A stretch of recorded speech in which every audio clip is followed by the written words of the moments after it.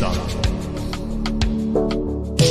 I don't even know why I try anymore. Even know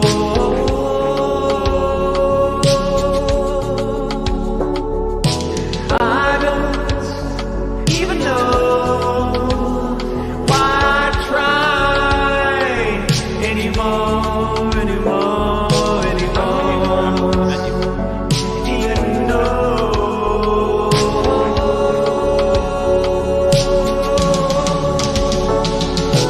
you can't replace me.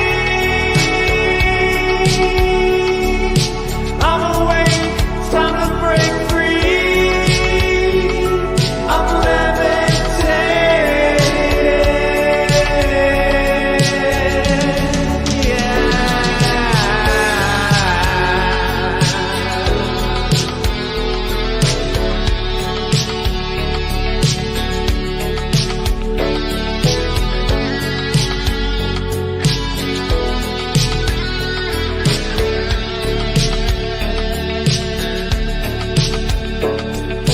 I don't even know why I try anymore. Even know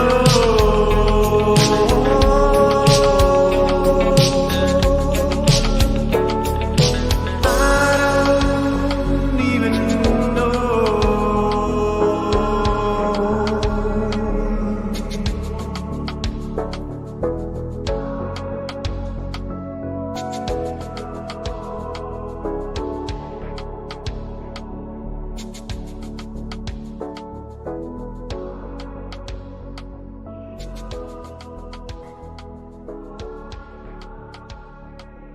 Anymore.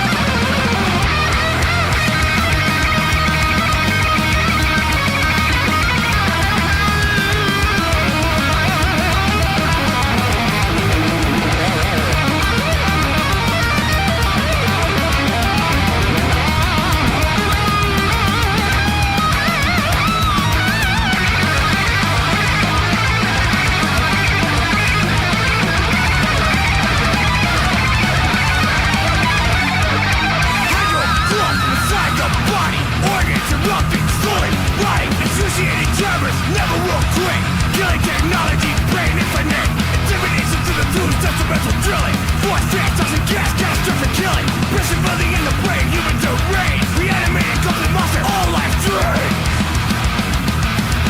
Infatuation with torturous incisions. Grotesque mental incubation.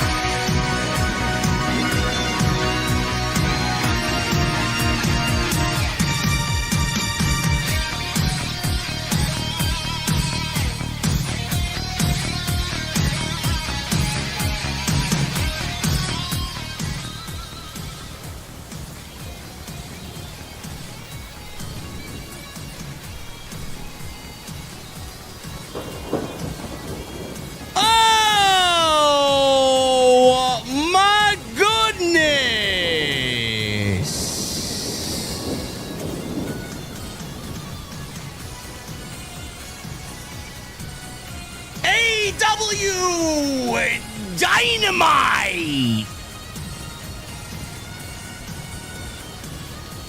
6 years! 6-year anniversary celebrating AEW, man. What exactly are we celebrating, chat? What exactly are we celebrating? Are we celebrating mediocrity? Are we celebrating clueless creative? Are we celebrating Tony Khan running the company into the fucking ground? What exactly are we celebrating? Dynamite tonight from Hollywood, Florida.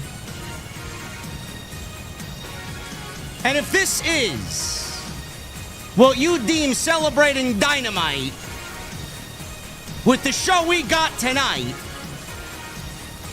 you may be as dumb as I already think you are. Ladies and gentlemen, in oh so many words, this show sucks. Bad.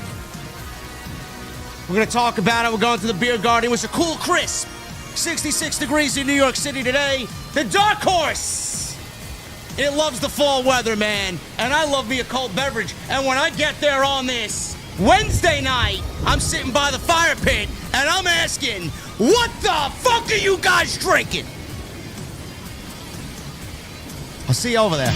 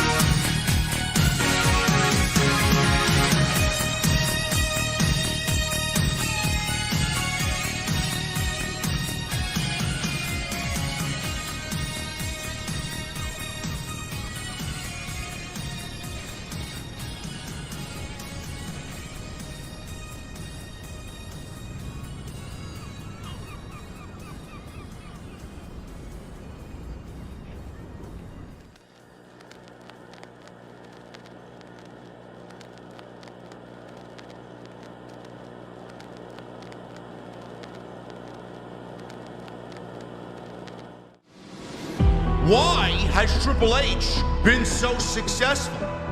Why is Triple H running WWE better than Vince McMahon and Bruce Pritchard on Monday and Friday night? Long-term booking.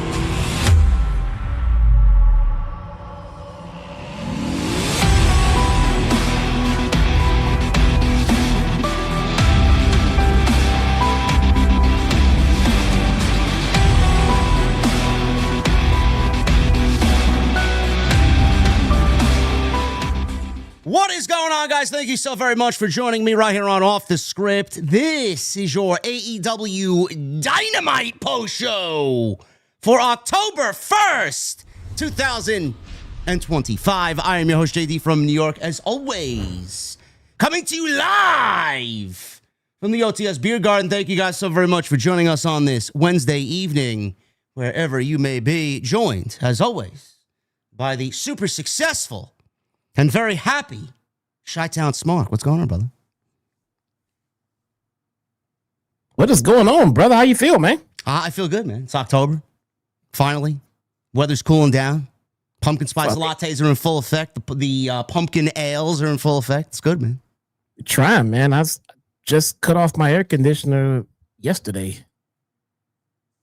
Trying to get to fall, man. I know. I slept with it on a couple of nights last week. It was pretty warm. Yeah, same, man. Same. But before we go any goddamn further, man, I need to thank each and every last single one of you for showing up and showing out for my TNA live watch along stream. There you go. We were #1 in the community. Yes, you were. Put those ones up. Number yes, one in the community. We were beating all of my very esteemed colleagues. I appreciate and respect fake reactors. All. I'm sorry, what? What? Bro, I didn't say that. It was the venue. It was great collabing with all of them, but we did absolutely show up and show the true power of this OTS community, and I cannot thank you guys enough. We killed it, chat. There you go. We killed it. They are interested in our analytics, and we will see. We will see where it goes from here, man. This guy right here next to me promoted the hell out of it for me, man. I cannot thank you enough, sir. I cannot thank everyone enough who showed up. I'm amazed. I'm humbled, and I appreciate it, man. The power of this community, man, holds a lot of power. It's a lot of power. Fantastic. So powerful sometimes I don't even realize how powerful it is, bro. Man. Yeah. Man. There was some hiccups. I mean, I did everything in my power. It wasn't on me, but nonetheless, the numbers will show that we were absolutely #1 for the TNA project that they rolled out for Friday. They will see all of us right here in this community. So thank you guys again. Thank you so much. There you go. Won't be the last time at all.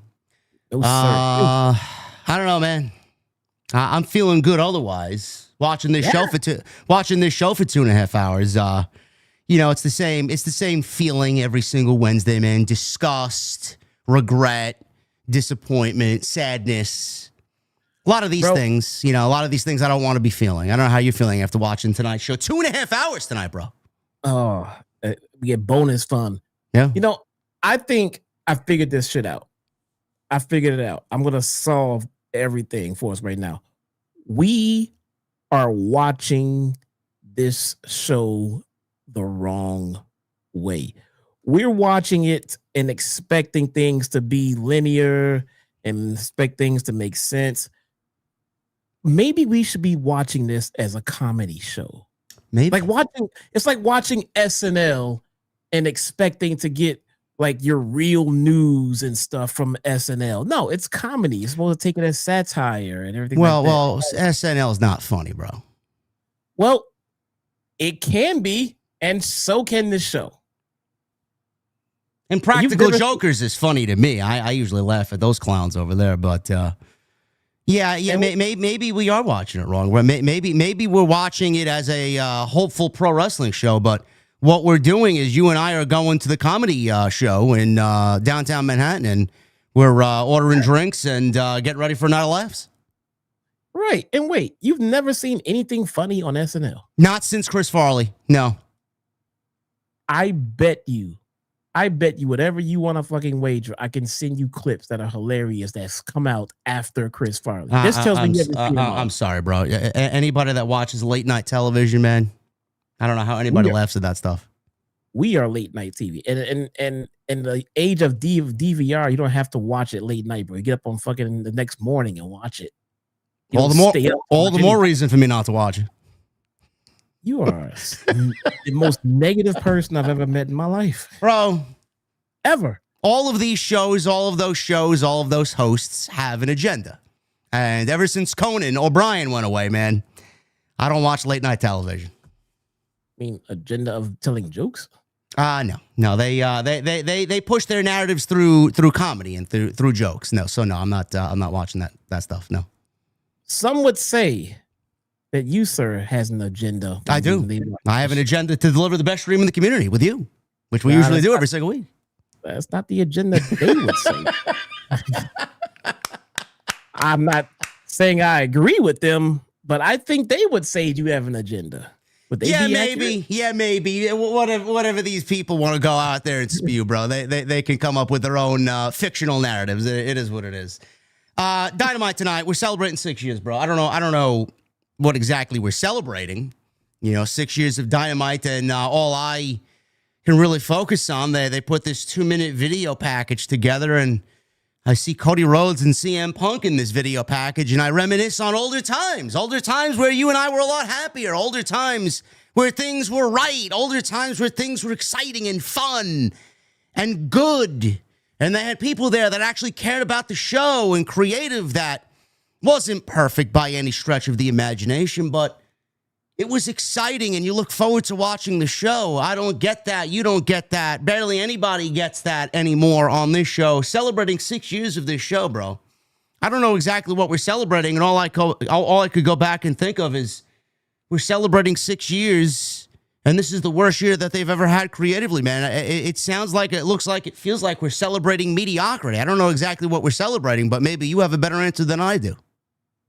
We're celebrating the existence of a second major promotion in the United States where our favorite wrestlers can go somewhere and earn a significant living for their family and their loved ones. And they're not pigeonholed to have to work in WWE or be banished to the shadow realm. Sure, that's a fantastic answer, bro. Fantastic answer. So why don't they book themselves like a real pro wrestling show then? Huh? What? With storylines and things that make sense and not insulting the fans' intelligence.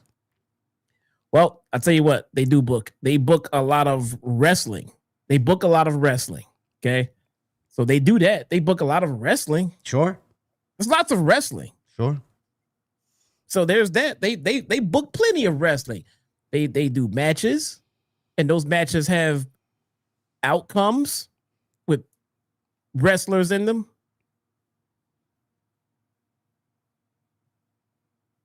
Dead crowds, lifeless crowds, empty arenas. What else? What else are we missing? Glass half full. Glass half full, sir. Sure. I don't know. I usually leave it up to you, man. I usually just kind of piggyback off of you. What do you want to talk about? What was the biggest takeaway from this fucking 2.5 hour mess that we saw tonight celebrating 6 years? El Idolo. Oh, man. Our guy Andrade, El Idolo is back, man. Idolo, he's back.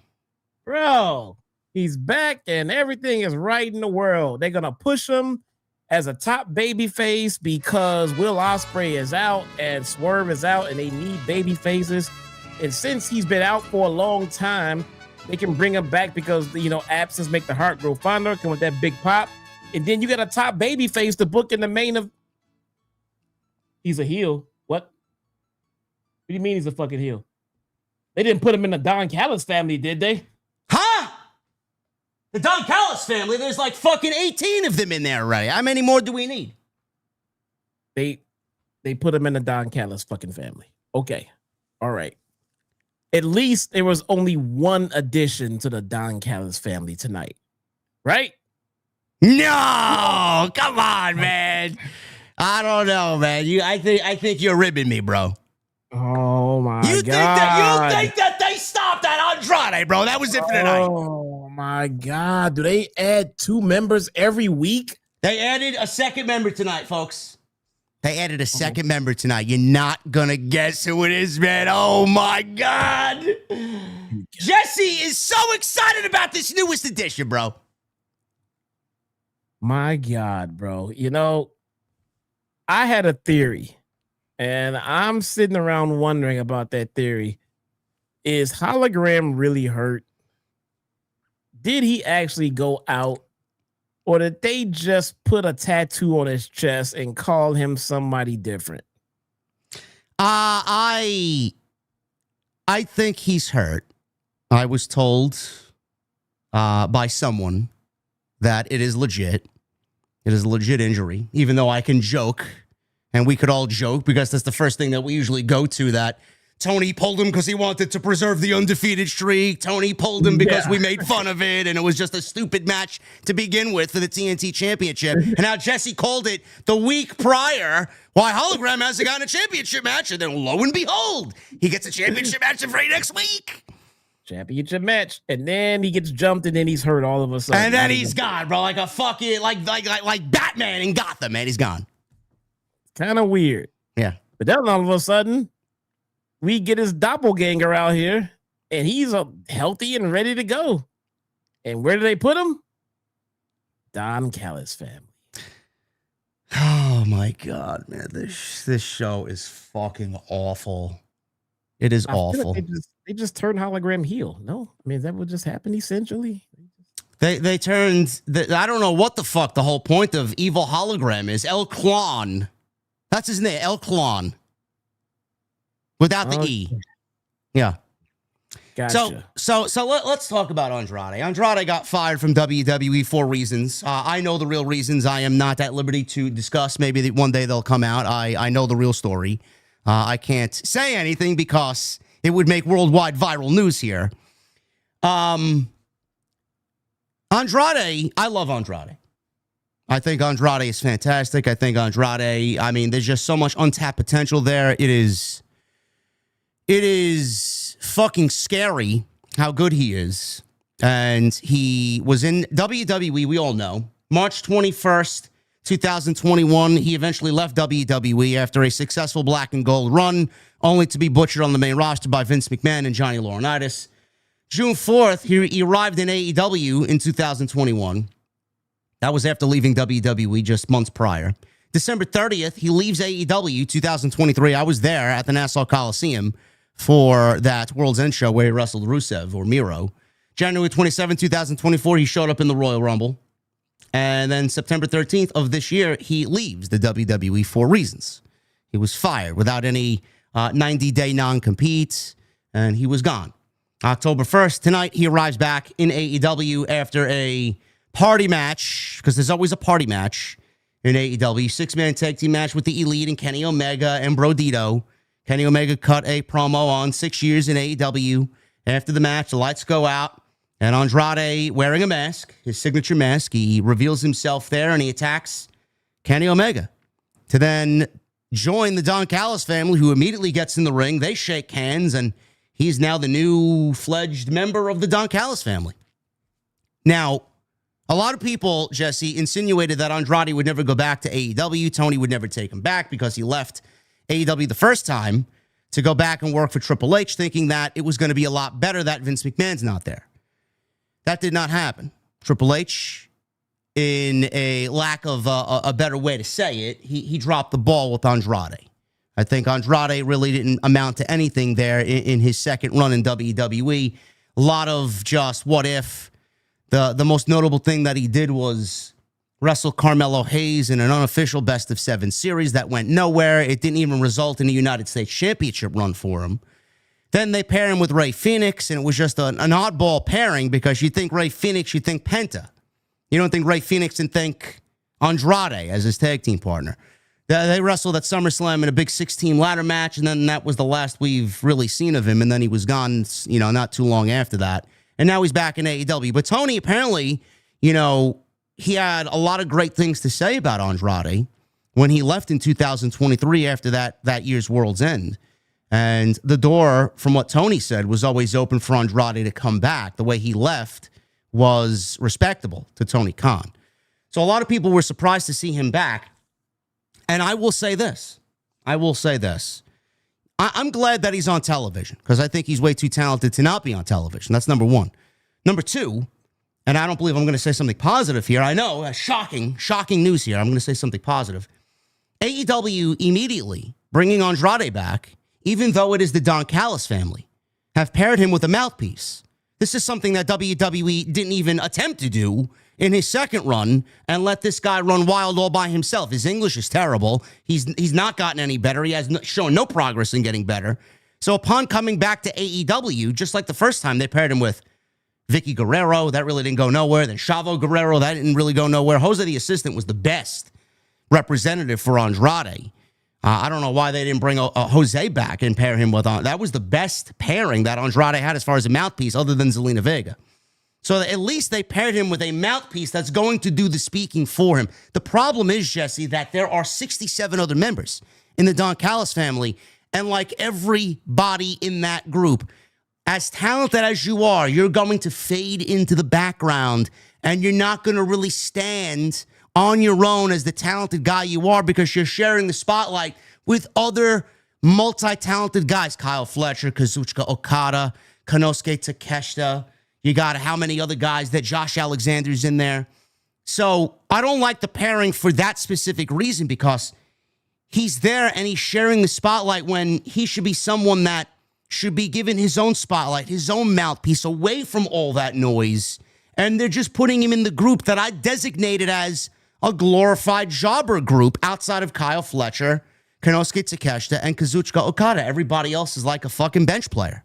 They just come on in and sub in when they're needed. They're put in these random tag team matches, 6-mans, 8-mans, just to fucking lose. They don't really go nowhere. Their momentum is stifled. So at least they aided him in getting him a mouthpiece, but I can't sit here and tell you I'm excited about Andrade being back on AEW television and automatically going to the one group that everybody goes to. I don't know what the whole fucking dominant Don Callis family narrative is, but man, it's fucking embarrassing. And how many fucking people do you need in one group? Andrade doesn't belong there. No. A lot of people don't belong there. You can't tell me Don Callis was the only mouthpiece they have. No. You can't tell me that. I mean, the best version of Andrade we got is when he was with Zelina Vega. So, I mean, I would have set up something to give him a young, good-looking Latina mouthpiece that can speak for him and give him that very same setup. You know what I'm saying? If you don't have one, hire one. How hard can it be? How hard can it be to find a good-looking, well-speaking Latina manager to go put on TV with Andrade? I don't know. You know what I'm saying? It can't be that hard. I'm sure you have somebody on the payroll already. I mean, the Don Callis family, bro, this is getting out of control. I don't know if this is just a meme at this point, but it feels like every heel in the whole company is either the Don Callis family or the Death Riders. And then they don't go anywhere, bro. What do they do with them? They don't go anywhere. You're already having conflicts. You got Okada and Takeshita already conflicting there. I mean, what's going to happen when Andrade tries to get gold that Kyle Fletcher thinks he should have? There's going to be conflicts there. And maybe that's a part of the fucking story or whatever. But thing is, no one cares about a conflict in a heel faction like that. It would be a babyface faction that would have conflicts. Then people would get all concerned, like, "Oh no, they're not gonna break up, are they?" That would suck because we like these baby faces. With a heel faction, like they threaten to break up, like good, let them break up. You don't give a shit. You don't like them. We're supposed to boo them. You know what I'm saying? I don't understand this dynamic of putting all of these heels, all who are trying to get a big push. They are not in the same. In the same lane, they are not on the same page. They can't coexist. The only one that wants them all to be together is Don Callis. You know, everybody else, you get a bunch of guys who should be on their own, and then you get the other half of the Don Callis family. They're all jobbers, and collectively, it's a big clusterfuck. It's a big clusterfuck. How does anyone stand out? How does anyone get over? How does anyone advance? I don't quite get it, man. They're not even getting to the point where it's going to be a big pop if one of them turns babyface. I mean, because they're not getting over as heels effectively. Kyle Fletcher, I'll say, is the only one that is effectively getting over as a heel right now in the Don Callis family. Everyone else is yet to be seen. Well, how are you going to play that same card with everybody that's in the group? Because they're playing that card right now with Takeshita, who's teasing tension with Okada. So he's the one that's going to leave the group and go babyface. Everybody else is going to be fucking stuck there for the rest of eternity. Like, what are you going to do with everybody? You want to know? I don't want to stereotype the fucking guy, but I'll tell you exactly what they're going to do. They're going to put Andrade and team in with Hechicero because they're both fucking lucha. That's what they're going to do. Oh, they have plenty of people they can pair with him, bruh. I mean, well, they're pairing Josh Alexander with Hechicero right now. That doesn't work. They're going to pair Andrade with the other lucha, and they're going to call them a tag team. That's the extent of Andrade and AEW. Isn't his cousin there? Isn't Roosh still there? Yes, Roosh is on Ring of Honor. That's how stupid they are. They could pair him with his... They put him in the Don Callis family, and fucking Roosh is fucking playing make-believe with Sammy Guevara. Bro, put him with Roosh, make them a tag team, get them a mouthpiece, and you have tag team fucking champions right there. New Lucha Bros right there on your goddamn channel. Easy. Dude, we could have came up with 3 or 4 different things for this guy to do to come on in, and they did the worst fucking thing of all. Pair him in the Don Callis family. Bro, I forgot about Roosh. I would have put him with Roosh. They could be these guys could be babyface or heels. They're both great at both. Roosh is over. Roosh is over as a babyface. You mess with the bull, you get the horns. Crowd's all into it. So what did we determine here? We obviously have determined that Andrade needs a mouthpiece. They failed to bring a beautiful Latina woman into the fucking mix, which I'm assuming they could have gone out and gotten anybody. They failed to do that. They could have brought him back and got Jose to come back, Jose the assistant to come back. They didn't want to go and do that. I would have gladly paid Jose to pair him with Andrade because he was a great representation of Andrade. Then you got Roosh and Tralistico and LFI. But no, Sammy Guevara, who doesn't fit into the fucking group whatsoever because he's too fucking pretty. Instead, they have Andrade in the Don Callis film. The worst of all of the options, they went and gave Andrade. Alex Abrahantes. Who? No. That you want that clown with fucking Andrade. I just want a mouthpiece with this tag team. I ought to put him, because he was with the Lucha Bros, I ought to put him as the mouthpiece with Andrade and Roosh. Now that wouldn't have worked. I would have rather have had, again, I would rather have a young Latina female. Yeah, would have been great. I don't know how difficult that, like you said, I don't know how difficult that would have been to go out there and research. It cannot be too hard. But, bro, I mean, I feel like there's ease. I didn't even look yet. I should pull up the roster and look. I bet you have a Spanish-speaking female that can easily be a mouthpiece for these guys. Well, maybe we should fucking Willie Washington over there. Every time I fucking see him, he's with a Latina female. Oh, my God. Fucking ridiculous. Man, sir. What do you mean? I don't know, but they could have done a lot better there. Andrade's back. He is instantly now, I'm assuming he's going to start feuding with Kenny Omega. I guess everybody that's got to come back to AEW's got to pick a fucking thing with Kenny Omega. Okada's got a thing with Omega. Andrade's got a thing with Omega. Kyle Fletcher's got a thing with Omega. Don Callis and everybody in the Don Callis family's got something to do with Omega. I don't understand it. And speaking of Kenny Omega, Kyle Fletcher was on the show, Jesse. How many interactions, how many mentions did we hear from Kyle Fletcher towards Kenny Omega and vice versa? None. Zero. None. That must have been, that must have went under everybody's nose in the creative meeting, man. Maybe they forgot that this guy was put through a fucking table at the ECW arena and written off television to miss All Out. And they couldn't even be bothered to bring up the fact that the guy went through a table by Kyle Fletcher. And Kyle Fletcher went on to go battle his friend. And then I got people telling me, well, maybe they're waiting for a bigger moment to do it. What bigger moments? What bigger moment? They're both in the same fucking ring. They're both in the same venue. He's finally back on television after going to play video games in Japan. What better moment? That should be the next match after what we saw on television. No, Kyle Fletcher's now defending against Mark Briscoe. And Mark Briscoe wants a shot at the TNT title. For what? To lose? Hey. Want to know who speaks Spanish? Who? Say Melo. Thunder Rosa. These are active wrestlers, bro. Really? Yeah. Really? Let me turn on Dynamite and Collision and let me see if I find an active Thunder Rosa. All right? I'll get back to you when I find it. Oh, she's active, all right. Anywhere but AEW television, bro. Bro. That would have... Anything would have been better than what we've gotten. But that would have worked. It's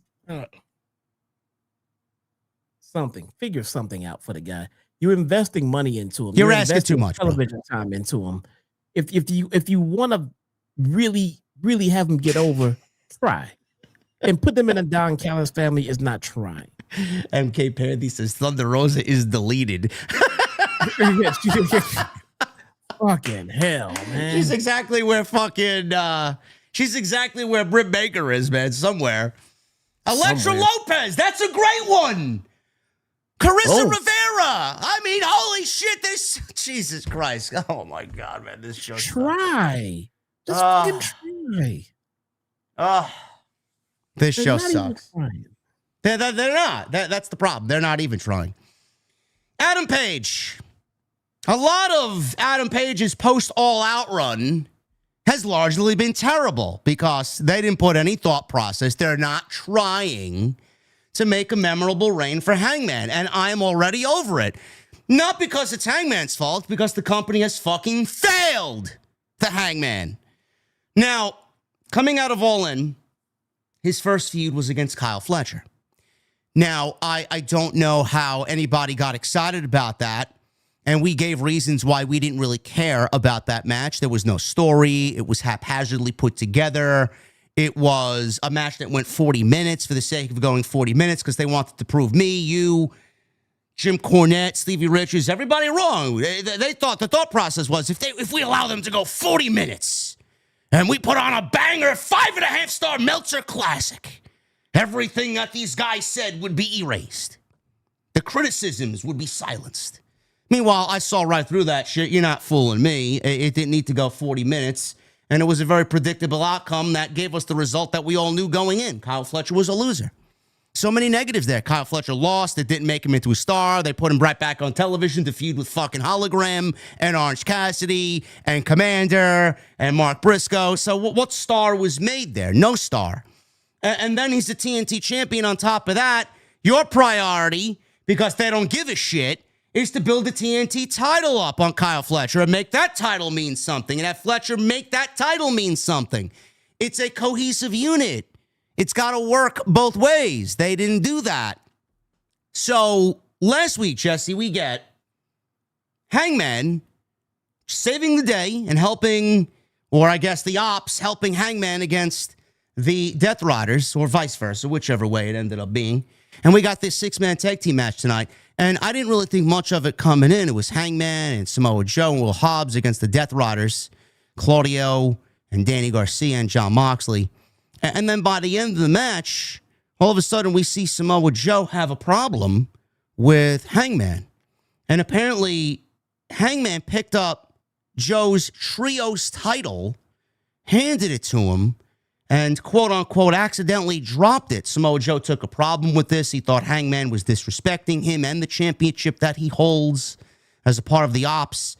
All of a sudden, we get words exchanged, and we get both guys kind of getting, built up and angered. And then all of a sudden, we see a sea of security and agents run out there, try to separate a fight that didn't even happen yet. Joe threw a punch. Security got involved and separated them. And then we get Samoa Joe yelling, "You never beat me. You haven't beat me." And then a couple of moments later in the back, Renee's interviewing Joe, and Joe laid down the challenge for Wrestle Dream. Joe wants a shot at Hangman. Hangman says, fine. Wrestle Dream match for the AEW World Championship is now made official for Wrestle Dream. Hangman Page versus Samoa Joe. On paper, can't complain about a Hangman and Samoa Joe match. I think both guys are great. We love Joe. We love Hangman. But the thing is, Jesse, you know, I wonder how long the creative minds in AEW took to formulate this unbelievable story here for Hangman. You know, I never in my wildest imaginations in 2025 think I would watch a pro wrestling show and a world championship match is made legitimately because a babyface dropped a title held by another babyface. The babyface and Samoa Joe gets angry, and all of a sudden we get a tag team match, or we get a world championship match out of it, born from this tag team match.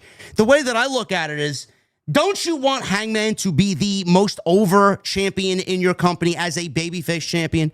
How do you think this is going to work when you have Adam Page, who is a babyface champion, and a babyface champion in Samoa Joe, who is equally as over and respected by everybody? How do you think that's going to work in the end here? You know someone's going to be booed. You know someone is going to be on the receiving end of not being good here. So I don't understand how the fuck they think this is going to work and what the whole process is here. Because to me, not only is it fucking lazy, it doesn't make any fucking sense. And again, I will reiterate, you had Mark Briscoe standing right there waiting for a championship. I don't understand how you just gloss over Mark Briscoe, who beat MJF at the pay-per-view, a former world champion. He was told he needed to prove it to everybody. He did. And now he's there standing, asking for a fucking match against Kyle Fletcher. Is that the reward Mark Briscoe is going to get after beating a former world champion in MJF, a fucking TNT championship match? Bro, they went about this all wrong. If you wanted to put a babyface in a losing situation against Hangman, why does it got to be Samoa Joe? Why can't it be Mark Briscoe? Meanwhile, we're going to get the same fucking outcome. You might as well use the guy that makes the most sense instead of the guy that doesn't make any sense at all. I'm very confused, bro. It looked like they pulled this match out of thin air. It looked like they just pulled this feud completely just out of their ass. I don't know how we get it. Escalated quicker than anything I've ever fucking seen before. They just cut a promo together where Hangman said, hey, bro, if it wasn't for you, I wouldn't have been able to win this championship. So I got your back. Shibata is out. You can count on me. I'm down for the team. You know what I'm saying? I got you, bro. Let's get this shit done. They went out there, did the thing. Everything else got the win, came out. And one thing happened where the title was not held. I don't know who dropped it. I don't know if it was intentionally slammed or whatnot, but that miscue turned into a world title match in a matter of 2 minutes. That escalated quick as shit. And it made no sense. It made me and my viewing audience sit around asking questions like, how did we get here? What the fuck just happened? That was it, bro. And you're gonna get the sickos complaining. We're gonna get the sickos complaining because we're complaining about how all this came about. They're gonna complain to us that we're complaining about a Samoa Joe and Hangman match. But how the fuck did we get here? How they got there? How did we get here? We're complaining about how they got there. I mean, sometimes it's not about what you're getting. If your child was stranded somewhere and needed a ride home and then she arrived, you'd be happy. Sweet. I'm glad you're here. I wanted you to be home. How did you get here? Oh, wait, a pimp dropped you off? You were in the car with a pimp? What the fuck were you doing in the car with a pimp? Why are you angry? I'm home. Aren't you happy I'm home? Yes, but I don't want you in the fucking car with a pimp. How did we get here? This makes no sense. I don't know. I don't know how this place is operating. I don't know who thinks this is right. I don't. Weeks ago, you had Hangman tell MJF he's got to beat Mark Briscoe to earn a match against him. What did he do? He beat Mark Briscoe. He earned a match. Where is Hangman now? Where? Mark Briscoe just beat MJF. But you think it's all right for Hangman to show up last week and magically give a world title match to Lee Moriarty. But it's not all right to give a world title match to Mark Briscoe. Yet we're sitting here today talking about Samoa Joe being granted a championship match because he felt disrespected in a tag team match. He dropped his title. He made a tag when he wasn't looking, when he shouldn't have made a tag.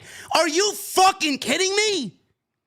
Mark Briscoe was about to be burned alive. Where is Hangman now that Mark Briscoe has vanquished and sent, in his own words tonight, MJF on sabbatical?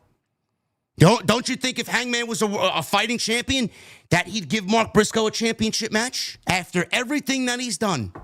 No, Lee Moriarty and Samoa Joe are ahead of Mark Briscoe.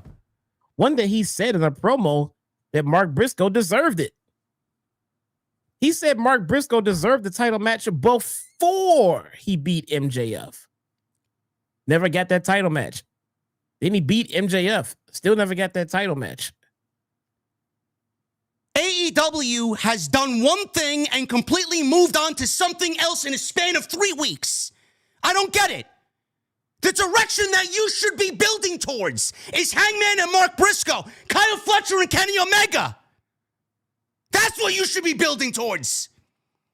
Meanwhile, you got Andrade and Kenny Omega because you got to give him the big return. Mark Briscoe and Kyle Fletcher and Samoa Joe and Hangman. How does this make any fucking sense whatsoever? Mark Briscoe is losing to Kyle Fletcher. If he's going to lose to Kyle Fletcher, you might as well have put him in a match against Hangman if he was going to lose to somebody. Might be prime real estate to turn Mark Briscoe heel. He has a legitimate gripe. Fuck do I keep getting passed over for around here? I don't believe this place, dude. I don't believe it. Nobody sees this. The fan base doesn't see it. If this was any other show, we'd say the same exact fucking thing. This is just not an AEW thing. I mean, it's just so much more blatant here. No. Was it so hard to give this guy a world championship match? It haven't make sense. Paige's run has been fucking dreadful. What is this reign? Kyle Fletcher. Oh, you went 40 minutes. It's a great match. Now Samoa Joe? What has Samoa Joe done in the World Championship? What? This guy's been battling the Death Riders for 10 months. And now all of a sudden you mean to tell me Joe's going to throw that out the window because of a drop title? Because of a tag that Paige made blind? 10 months of battling the Death Riders. And this is what you want to give everything up for. Bro, I swear to God, man, our intelligence is insulted every single week, bro. This may be the straw that broke the camel's back, man. I don't. Who are these characters? Who are they? Do they know what they even want? No.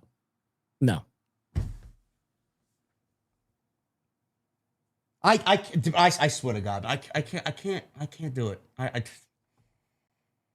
Maybe we are watching the show the wrong way. Maybe we need to watch this as a fucking dumbed down, singular brain cell fucking idiot. That's what we got to do. That's how we got to watch the show. None of this would matter. I wholeheartedly believe if we only watched the show and only graded it on the pro wrestling, only graded it on the in-ring stuff, then it wouldn't be that bad of a show. But the only problem is that's like watching an indie show every week, and that gets boring. The only thing fun about an indie show is being there live and taking in the energy. And that's what it would be the same thing as going to an AEW show, man. You go to an AEW show right now, as you're not enjoying the storylines, the energy is still fun. You go there, you have a couple of beers with your friends, and you get the entrance music, and everybody is like-minded wrestling fans. It'll be fun. As you're sitting at home consuming this stuff, watching just in-ring wrestling gets extremely boring. The thing that keeps you interested is the stories in between the matches and the stories in the matches and the stories coming out of the matches. And if those aren't captivating, then it is a very tiresome watch on television. So for the people that want to say, well, look at these live crowds, they're having fun. Bro, if you're a pro wrestling fan, and you don't have fun at a live pro wrestling show, then chances are you are not an actually real pro wrestling fan. Okay. Live pro wrestling is just fun. Live sporting events is fun. You can go to a sporting event you not even like and probably still have fun because of the excitement, because of the atmosphere, because of the environment. But watching it at home is boring as shit with no stories. And that's where they're lacking. That's why we're all sitting at home bored.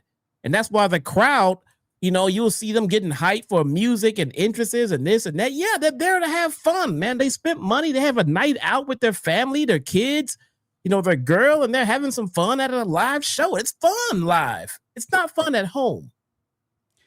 Bro, I had my best friend Pete text me today. He lives in North Carolina. He texted me today with a picture of Blood and Guts coming to the Greensboro Coliseum in North Carolina. He asked me, "You want to go?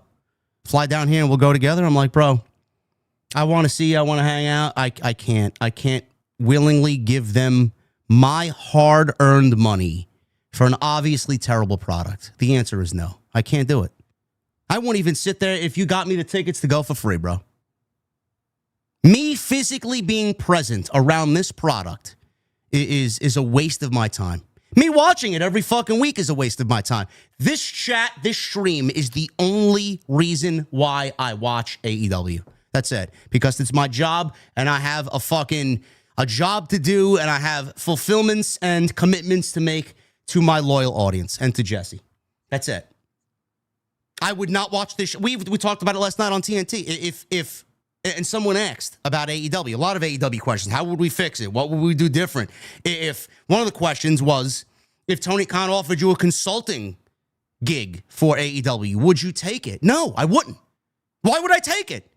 How many times have we told him exactly what to do on the show? How many times has Jim Cornette and Brian Last told him what the fuck is wrong with the show? And he's not listening to anybody but the fucking people that he surrounded himself with, which is nothing but glorified Vince McMahon, Johnny Laurinaitis, Bruce Pritchard, like yes men. That's exactly what he's done. He doesn't want to hear criticisms. He wants to hear people tell him that he's doing a great job so he can go on the next fucking outlet to a bunch of fucking idiots and tell everybody that AEW's 2025 is the greatest year ever. Everything's up. Everything's great. Everything is fantastic. No, it's not. It's not. I take it. I take it because I'm not going to sit here and call myself a fan and tell everybody that I want it to get better, but not take an opportunity to help. I'm not going to sit here and complain about it and then not try to help if offered, if asked. I would take it. And if it don't work out, you want to help someone that doesn't want to be helped. If it don't work out, I come here and say, hey, this is why it didn't work out. But I'm not going to sit here and not offer help if asked and then complain that it's not right. That's just me. That's just me. I would why? Because I am a fan and I do want it to succeed. And if I think I can offer anything to help, and if I'm given the opportunity, I would take it. If it don't work out, I would have an absolute list as to why it didn't work out. Hey, I offered this, and this, and they gave us instead this, and that. You know what I'm saying? But if I'm a fan and if I actually wanted to succeed, and if I think I have something to offer, I give it a shot. Why fucking not, man? I want to see the shit work. Why not? If it don't, it don't. But right now, it's not working at all. So I mean, if I can offer some help, I would give it a shot, man. I mean, if I didn't give a shit, then I wouldn't offer my help. Why? Because I don't give a shit. We need more people to preach what we have already done in the first 45 minutes of this show. You're not going to get a lot of people to do that.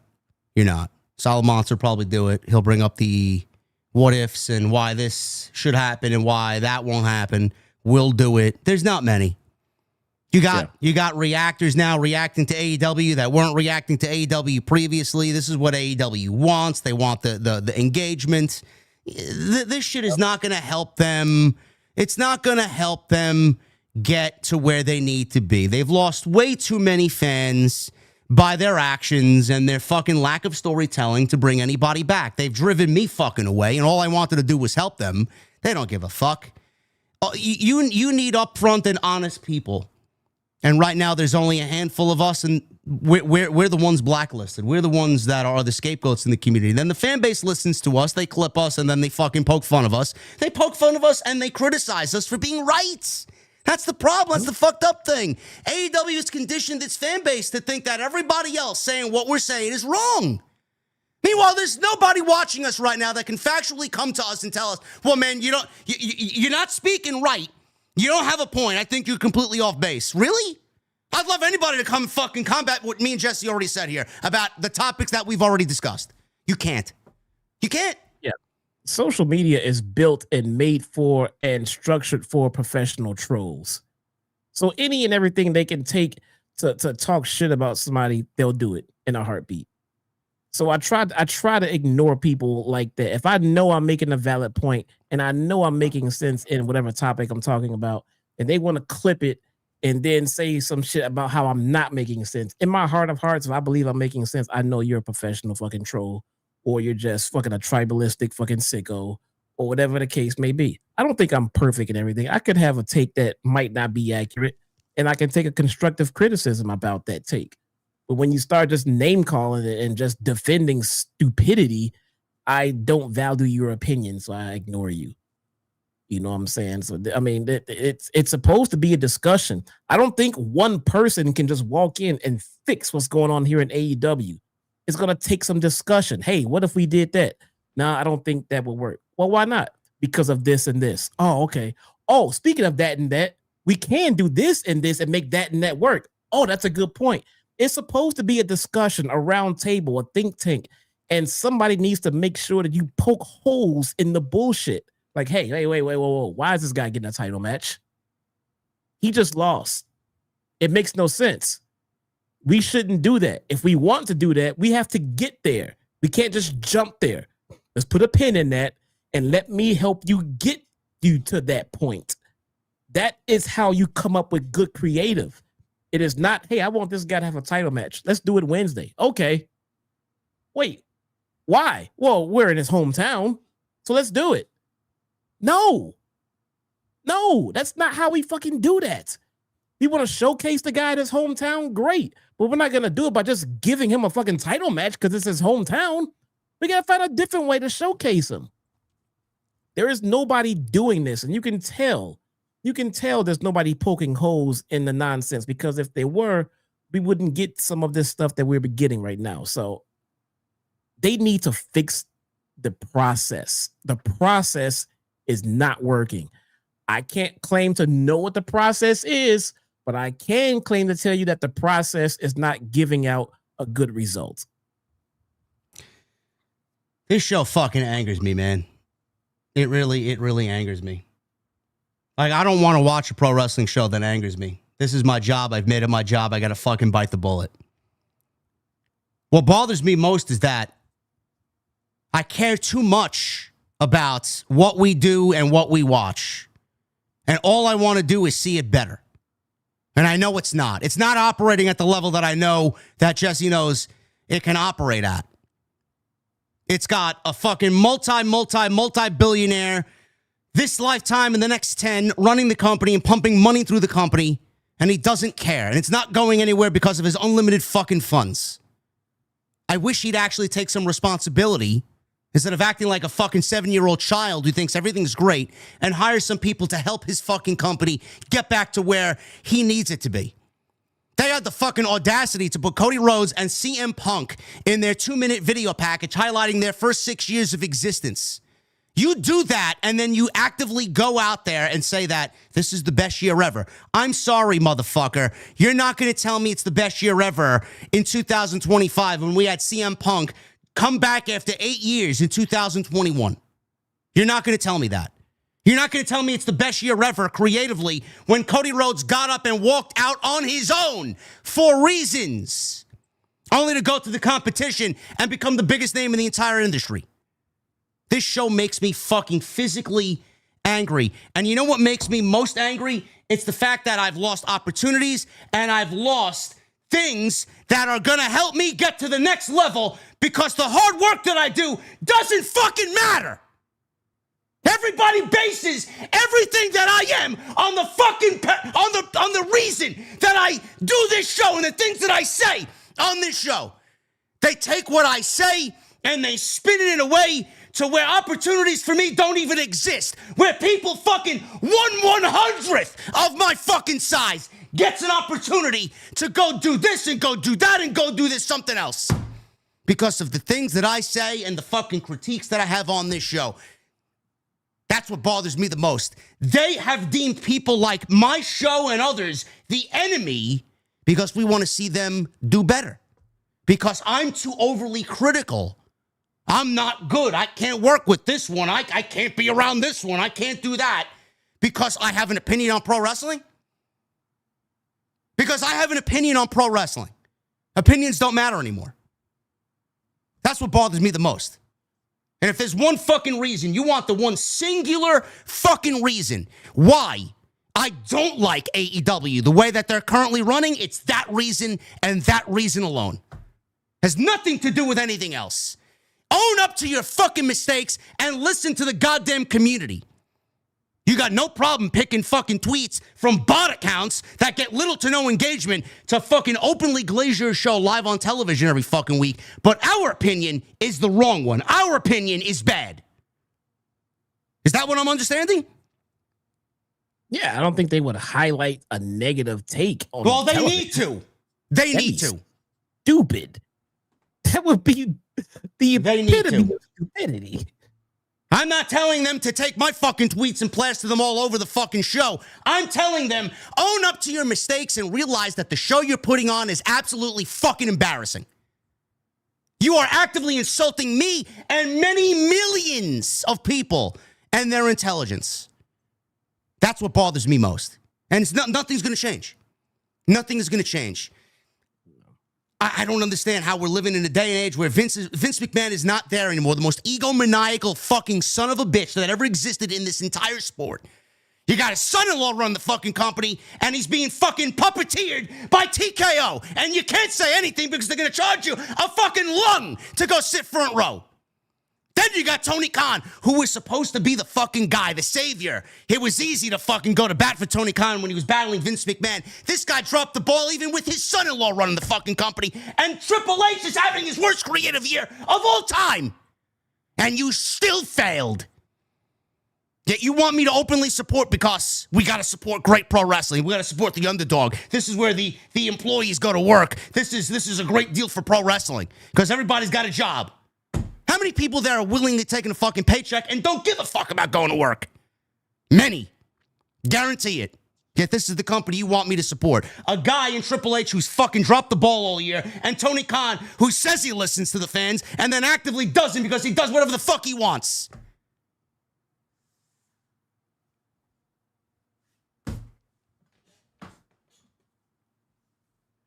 Yeah, man. You gotta support pro wrestling. Whether it's good or bad. If you only support it when it's good, then you're just a fair weather fan. Now, I support what's good. I support what's good. You know what also fucking pisses me? It's the same everywhere. You can't escape it. People are fucking puppets. They are fucking brainwashed. I'm watching this Call of Duty fucking COD Next event yesterday. How many people? Oh my God, Black Ops 7 is going to be the greatest Call of Duty of all time. Shut the fuck up. Shut the fuck up. No, it is not. You are a fucking retard. You're a brainwashed fucking puppet. It's not. You're being paid just like all these other people are being paid by WWE and AEW. Everybody's fucking got some personal agenda to get themselves ahead. That's exactly what they do. How can you openly sit there and tell me this is the best game ever? This is the best year ever. This is the best ever. What happened to upfront honesty, bro? Why is everybody a fucking liar? Why is everybody... It sickens me to no end that everybody does everything to fucking simply get ahead for themselves and they don't give a fuck what they do, what type of reputation that they fucking fostered for themselves. They don't care. I should be at 500,000 fucking subs with the fucking upfront brutal honesty that we deliver every single week. You want to know why I'm not? Because we're fucking too real for most of the goddamn community. Most of the community. Honesty and being you and upfront doesn't get you shit. It doesn't get you a fucking thing. It's fucking pissing me off. Yeah, man. It's a revolving door. It's a revolving door. They are booking smaller venues. You know, ratings are lower. And they're telling everybody that everything is great. You know, I mean, I understand you want to put out an aura of confidence. You know, what are you supposed to say? Hey, how's it going? Mom, bro, we're not doing well. We're not doing well. You know, we are tanking in the ratings. You know, attendance is low. Morale is low. I don't know how we're going to do this. So come and support our show. You know, but at the same time, I don't expect them to do that. That'd be kind of ridiculous. But I would expect them to make some changes. Listen to the community a little bit more.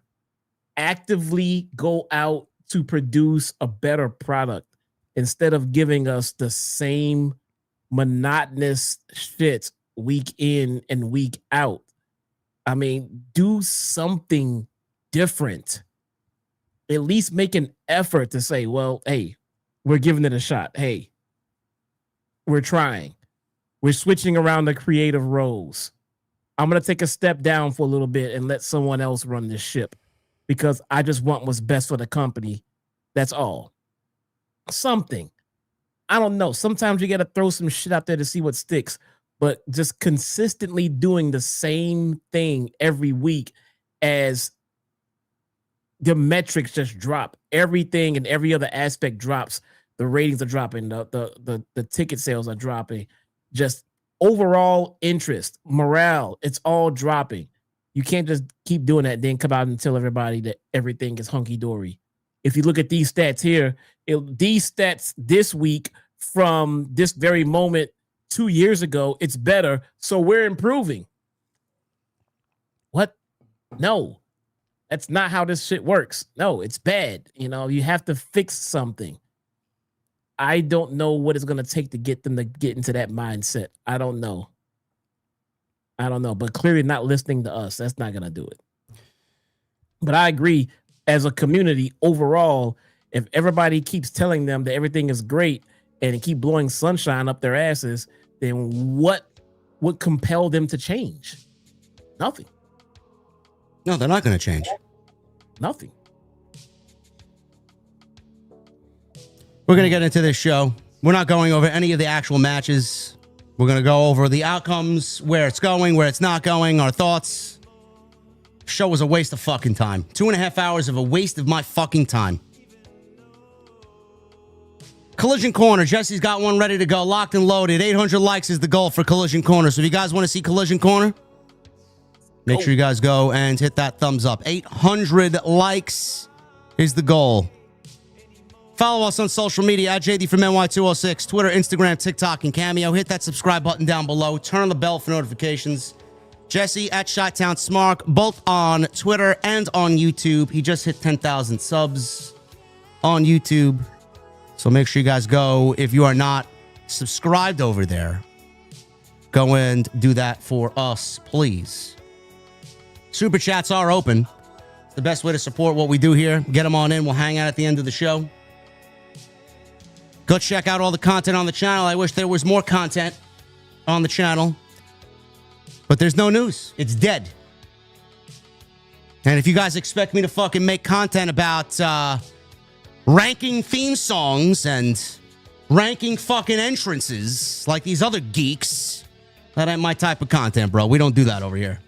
We make content for adults, not fucking 5-year-olds. Make sure you guys go and hit the subscribe button and go check out all the content.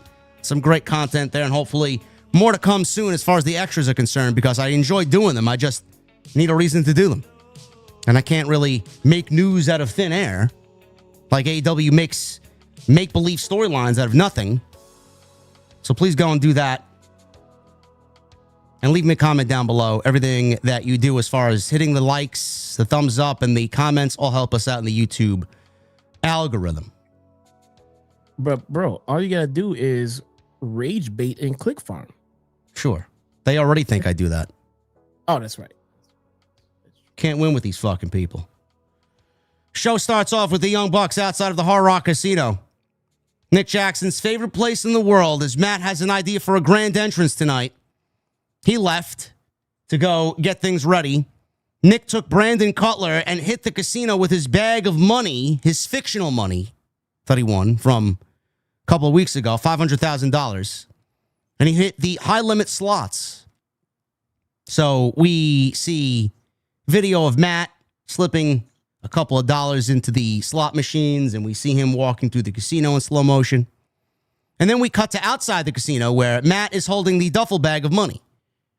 So Nick comes over, and he's telling him about the pyro and the confetti, and he's got live tigers and maybe alligators coming down the aisle with them. And then he looks at the bag of money, because the money is needed to pay for all this. He looks at the duffel bag, Jesse, and there's no money left. He dumps it upside down, and there's literally zero balance. So we go back to the ring in live action. Matt and Nick Jackson are already standing in the ring. They got a jobber's entrance. They didn't get any real entrance here. And the graphic read, the Broke Bucks. And where it usually says their record above the name on the nameplate, it said account balance, $0. So the Young Bucks are now playing the role of broke-ass Corbin, bro. I don't care. I still find it funny. I mean, it's the ultimate goal is for them to do this until they get the tag team championships back, where they finally get their respect back.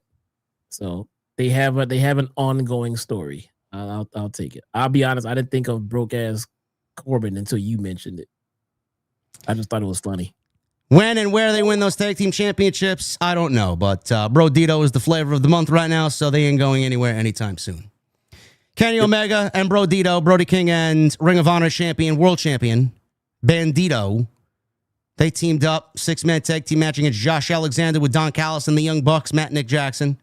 Same match that you saw every single week before it for the last 3 months.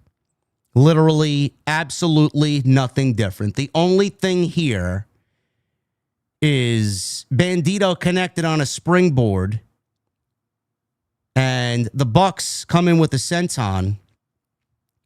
So Bandito dodged some super kicks, and then all of a sudden, Jesse, we get Kenny Omega and Bandito in the ring, and they just break out into doing the Macarena in the middle of the ring. So after that, the Bucks mocked Bandito, who got Omega to help take them out, and he did the dance as well. Omega hits a slingshot plancha on the Bucks, and Bandito, he's there with the help of Brody King, connected on an assisted springboard moonsault. What did you think of the Macarena spot, bro? Did you laugh? Did you find yourself sports entertained? I was not sports entertained by that. I kept looking at him and thinking, the cleaner. Yeah. This is the guy that won the G1 multiple times. This is the guy that put on 14 star matches, and here he is. I mean, sometimes I do reflect on myself, and sometimes I do sit back and think to myself, God, bro, just have some fun sometimes, you know? But the thing is, I am here on the stream, and I will see some funny shit. I'm like, okay, I laughed at that. That was funny. That was fun. That was cool. You know what I'm saying? I just did not find this one amusing at all. No, if things were going the right way and they didn't insult our intelligence for 2.5 hours, and then someone broke into doing the Macarena like Bandito and Kenny Omega, maybe I'd laugh, because everything else around it would be good. When everything else around it sucks, and then you see something like this, which is glorified indie garbage on national television, then I'm not going to find myself laughing. So we got a 21-plex, and then Omega put Alexander away. Of course, Alexander got took the pinfall loss here. I mean, he's a fucking loser. Went from TNA World Champion, one of the greatest pro wrestlers on the planet, to losing in the Don Callis family. Not shocking at all. One winged angel from Kenny, and that is enough to put Josh Alexander away. So, post-match here, Brodito celebrated up on the ramp with Omega staying in the ring. And apparently the Young Bucks stayed behind, and there were some words exchanged between the Bucks and Kenny Omega. Now, obviously, they're ex-best friends. who knows what they were talking about. You'd think maybe get them on the fucking microphone to air their grievances out so we can hear what they have to say, being that they're allergic to telling storylines. But, I mean, that's just too much to ask. So Alexander was still in the ring because he was pinned by Kenny Omega. And Alexander pounced on Omega. So the Bucks looked on. They're telling him, listen, calm down. This is not necessary. Alexander is still beating him up. And then all of a sudden, Jack Perry's music hits. So we get Jurassic Express coming on out. They walk slowly to the ring. They get into the ring. They stare the Bucks down. All while Alexander is continuing to beat up Omega in the corner. Perry laid out the Bucks with a double DDT. Luchasaurus took them out with a double chokeslam. Josh Alexander stops what he's doing to Omega to go after Jack Perry, who fired off a pump knee, as Omega was there with the Snapdragon. So Omega and Jack Perry now get into a face-to-face, and they start shoving each other. Omega tells Perry he didn't forget what the Elite did to him by putting him on a stretcher last year. Perry shoved Omega out of the way and took the Bucks out with a dive, which was fucking weird because it looked like the Bucks were not prepared to get into the ring, and the dive just happened because Jack Perry needed to do the spot there. Luchasaurus fought with them to the back, and it left Kenny Omega alone in the middle of the ring. I'll get to that in a second. Jesse, they promoted the Jurassic Express on their 6-year anniversary show. They reformed and got back together at All Out, which was fine. I'm a fan of the tag team. But they didn't show up on the Fallout show, the show that followed the pay-per-view, and we all asked last week, you and I asked last week, well, where are they? And then you said, yeah, we'll just wait till next week. They don't got to be on every show. So I'm like, all right, we'll wait till next week. Maybe we'll get an explanation as to why we're back here, why we're Jurassic Express again, what we're going to do, what the mission statement is going to be. Bro, not only did they not explain anything as to why they're back together and why they're a fucking team, where Jack Perry has been, why Luchasaurus was in the fucking dirt, and why Jack Perry fucking uncovered him and put him on an operating table and injected him with what? Nobody knows. Not only did they not do that, but they had Jack Perry and Kenny Omega in the ring, and nobody decided to cut a promo and give us a fucking reason as to why everybody is so all over the place. We don't know where any of these stories are going, why anybody is where they are, and AEW did nothing to progress any stories but just throw these guys out there, and they're expecting you to piece the story together for them because they don't know where they want to go. What the fuck was the point of all this? You advertise them to cut a promo and be on the show to talk, and then they don't talk. I know I'm not losing my mind, bro. Please tell me I'm not losing my mind. No, bro. No. All of this stuff that they gave us in this segment, all of this stuff with Jurassic Express coming out to help everything else, they didn't need any of that bullshit.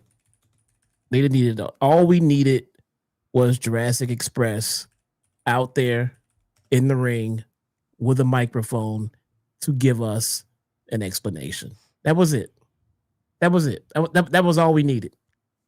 That was all we needed, because if it would have explained what happened prior to this moment, and then it would explain what they plan to do going forward. Do they have beef with Christian Cage? Do they have beef with Nick Wayne and, you know, the matriarchy, whatever the fuck? Do they have beef with the Bucks? Do they have... Just let us know why you're here, what happened prior to you being right here, and how happy you're glad to be back and everything else. All of the babyface shtick. Just get all that stuff out there and get the fans behind you and everything that you plan on doing. And we're just left with more questions. We're just left with more questions and more confusion. Sometimes simple is best. You were gone, and now you're back together. Tell us why.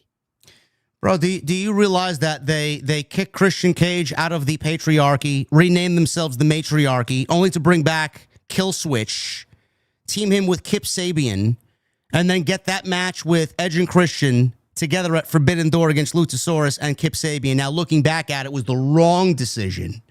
Yep. They put them together, bro.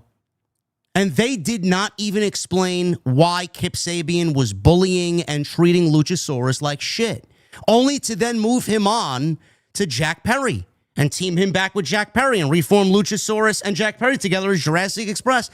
They didn't even have the fucking wherewithal to bring us an explanation as to why Kip Sabian was acting the way that he was to Killswitch, and they just moved on to the next thing. Yep. So I'm assuming we're not going to get that. Nope. Or are we supposed to just formulate a fucking storyline on our own and piece the puzzle together on our own, and all of it's going to be all right? Here's what they don't understand. What you are essentially asking for is you're asking for your audience to care. That's what you're always asking for. Every story that you fucking give, you're asking your audience to care. So if we do, then we're going to have questions about what's going on. Why? Because we care. If you want us to give a shit about the patriarchy, Nick Wayne, Luchasaurus, and everybody, if you want us to care about what these characters are doing, then you have to lay it out. Give us a path. Give us a trail. Let us know what is happening and why. Why? Because we want to care about these guys. We want to care about Luchasaurus. Why'd you come back and team with Kip Sabian for one match just to bail on him? It kind of makes you kind of sus. Why'd you do that? Why'd you come right back with Jack Perry? Why'd you do that? Why do you ask questions? Why? Because we care about the characters. We want to cheer. We want to buy their merch, or we want to boo them. We want to flip them off at the shows. But when we have these questions because we care, and you have these logic gaps, and that tells us that you don't care. So if you don't care to fill in the gaps of these stories, then how can you expect the fans to care? This fan base can no longer use excuses of, oh, well, they're just waiting for the right time and they got other things to do and they'll get back to it. I don't want to hear any more excuses. I don't. You don't watch any episodic television show or a fucking movie where they have centralized characters in a story and then all of a sudden don't tell a proper story with those characters and then move them on to something else, because that's exactly what AEW's done. They have taken characters that were in one story, moved them on to something else, and forgot about the story that they should have originally told with the other characters. Now the other characters aren't even on fucking TV. Yet you move the centralized characters here in Jungle Boy and Luchasaurus onto something else with the Elite, because they're feuding with the Young Bucks. And now he's got a problem with Jack Perry and Kenny Omega, which we don't even fucking know what the problem is. I can't do it. I can't do it. I can't fucking bring myself to just stay quiet and not address this shit. And then you got people on fucking Twitter. This was a monumental night for Dynamite. Bro, what the fuck are you watching that I am not watching? What is your agenda? Or do you not care?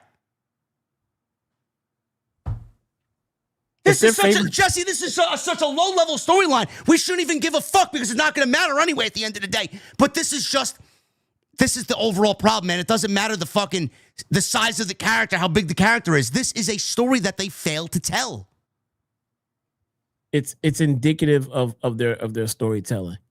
You know, if their favorite television show took the same path in their creative writing that they're taking on this show, none of them would watch it. None of them would give a shit about it. Not even Tony Khan would watch whatever favorite drama he likes to watch.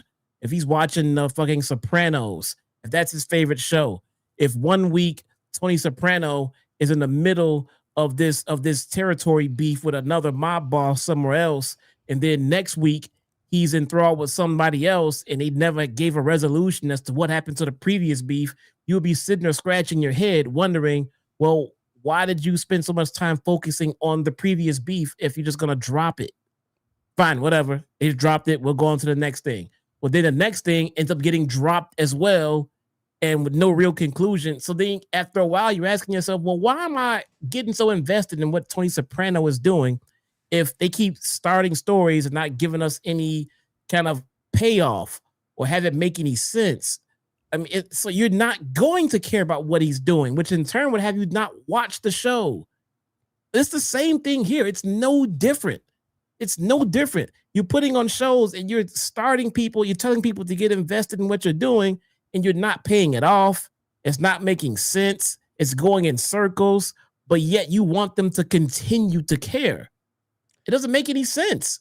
Bro, it's too complicated. Last summer, Tony Khan quoted Tommy Boy, Chris Farley, for the sickos because that's who I am and that's who I care about. He basically quoted a Ray Zelinsky, played by Dan Aykroyd, in Tommy Boy. I love Tommy Boy. If Tony Khan watched Tommy Boy and they completely omitted Chris Farley, Tommy Boy, in the movie, not going on his road trip to save Callahan fucking Auto and save his father's company, and Ray Zelinsky bought the fucking company and burned it to the fucking ground with no story in between detailing Tommy Boy trying to save the company, would it be as great of a fucking movie as it was? You quoted a movie. You quoted a movie that is an all-time cult classic, and I'm giving you an example of what you're doing with your own show. You're a fucking sicko. And I don't mean that in a good way. How do you write stories like this and expect people to care? Do I give a fuck about Jungle Boy and Luchasaurus? I wanted to. I'd love to know the antithesis of why they're back together. Yeah, 2 weeks now. Next week will be 3 weeks. Can you tell me why the fuck they're back together? Nah. Or are we going to wait for Marco Stunt to show up on the fucking homecoming show next week from Daily Place? Which is it? Kenny Omega. I don't know what you guys saw. I don't know what Jesse saw. I'm going to throw this out there because I watched the show completely different than a lot of people. Bro, I'm going to say it right here, right now. Kenny Omega looks fucking awful. I don't know what happened to Kenny Omega. Bro, he looks like a cripple out there. He looks like you don't even want to be there, mixed with the fucking beaten and battered body that he's fucking currently operating in. He looks terrible. I don't even, and I understand he's probably doing it because Ospreay's out, Swerve's out, Wardlow's out, fucking Jay White's out, Adam Cole's out. Everybody's out, man. You can make an all-star team with the amount of talent that they got out. I know he's probably looking upon himself to say, you know what, I can't take any time off with all these other guys out, but man, does he look like fucking Kenny Omega? Does he look like the fucking belt collector, the cleaner to you? He looks like a fucking shell of his former self out there. Yeah. Yeah. I mean, we know the guy is hurt, man. I mean, we know the guy is dealing with major medical issues. So it makes sense. I get it. But I was saying this myself earlier. I'm like, I mean, why do we have this guy out here? I mean, it feels like they just wheeled him out here at this point. I mean, he's not really Kenny Omega. I mean, he has the name value to carry this company, and they just wheeling him out here for random matches. And it doesn't make any sense. Like, if you have him available and healthy, then he should be at the top of the card. But he's here, but he's not very healthy, and you just have him out here. Like you said, maybe it's because there's so many injuries. I don't know. But he's just a prop at this point. I mean, if the guy is hurt, give him some rest. You have enough people on your roster. Now, I get that you have top guys that are out, but that's when you have to just put your faith in someone else. You had an opportunity right here with Andrade. Andrade making his big return to the company could have been inserted into a top babyface spot right now. Right now. But you already turned him heel and put him with the Don Callis family. You could have made him a babyface. He's going to get cheered. He's on his way back. Book him as a babyface. Book him in some top matches as a babyface. It's great. When your babyfaces come back, you can easily turn them heel. Then put him in the Don Callis family. Or hopefully come up with something better. But that was an opportunity right there. Insert Andrade, top babyface. Great. You got to take a risk. You got to do something. I mean, I don't know what else to tell you, man. You can't just wheel out Kenny Omega and hope that he won't collapse. He's just a body out there, and he's not being used to his full potential. And we can see that. Kenny Omega, Tony Khan has fucking squandered everything that is fucking great or could have been great with Kenny Omega. This guy was brought back from his injury to simply feud with Kazuchika Okada in a match that I swear on my grandparents' fucking tombs, nobody will remember at all in. The match was unmemorable, and it was probably the worst of all their matches. But Tony wanted to do it on American soil because for the sickos, so that's why he did it. What happened after that? They didn't even feature him on TV, and they put him in a steel cage match with fucking random babyfaces teamed up against the Death Riders at Forbidden Door. He didn't make one television appearance to even build towards the match. So much so, his best friend, Kota Ibushi, didn't even realize he was in the match until he went on social media and found out that he had work that night. So the match happens. And then we go into the next pay-per-view, and he's not even a part of it. And now he's wrestling these on and off fucking matches on Dynamite. He's not really in much of anything else. He's back to feuding with the Don Callis family. Bro, Kenny Omega should realistically be the fucking guy. His aura is completely shot. Anything that has made him marquee and special is gone. It is disappeared in the fucking night. This is the product of terrible booking. And Kenny Omega is showing you exactly how he feels. There is not an ounce of fucking care on this guy's body as long as he is accepting a paycheck. That's all I see when I watch Kenny Omega on television. He don't give a fuck. He would rather be anywhere playing Resident Evil 9 or fucking Battlefield 6 or whatever the fuck he usually indulges in than be on this show. Fact. And it's sad. It really is. And then he has the goal to go out there and say, many fans have been there with him from the beginning. If it's your first show, that's fine. He appreciates and values everybody. They've lost some big guys along the way, but Omega is a better person because of everything that's happened, and he looks forward to the future. If you were such a better person, Kenny, you wouldn't have sent the fucking brigade of millions of people to go berate Gail Kim, who doesn't work for a fucking company at all, because she had a fucking opinion on Riho and deathmatch wrestling. But you took it upon yourself to go out there and fucking send the sickos her way by the legions because she didn't agree with the fucking values that is all excuses wrestling. He's a better guy for it. No, you're not. You're not. 41 years old and his fucking career is basically at the tail end of it. Nothing else to do. You're better off fucking healing yourself up. Go to South America, get some stem cell surgery, stem cell treatment, and fucking wait your time out in AEW and go to WWE and get a WrestleMania match and call it a fucking career. Honestly. If this is what he thinks is the best case for Kenny Omega, the best usage of Kenny Omega. Like you said, Jesse, I don't know why the fuck anybody would care. If he don't care, if they don't care, why am I going to care? Yeah. Yep. Andrade jumped him. I thought this was Chris Jericho. I swear to God, I thought this was Chris Jericho under the mask. He pulled the mask off. I seen long blonde hair. I'm like, it's Y2J's back. It ended up being Andrade. He attacked. Omega was laid out with a spinning underhook DDT. Don Callis jumped in the ring immediately, shook hands with Andrade. And there you go, in the Don Callis family. Exciting. Oh boy, oh boy. Mark Briscoe's backstage. He talked about his first 6 months, or his last 6 months, rather. His last 6 months, they've been consumed by 3 letters, MJF. Briscoe says he's learned MJF is all talk and says not to say his brother's name anymore and how words have consequences, something Briscoe proved it all out. MJF told him he couldn't win the big one, but he must have won a big one big enough since he sent MJF on sabbatical. MJF cost Briscoe from getting a TNT title match, and it was supposed to be Hologram, but now it's Orange Cassidy, and he can be happy for his friends and wants to see them succeed.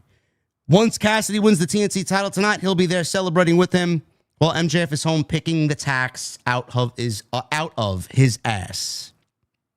MJF is done picking the tax out of his ass, and he's anywhere but AEW Dynamite right now. He's making money like he should be doing.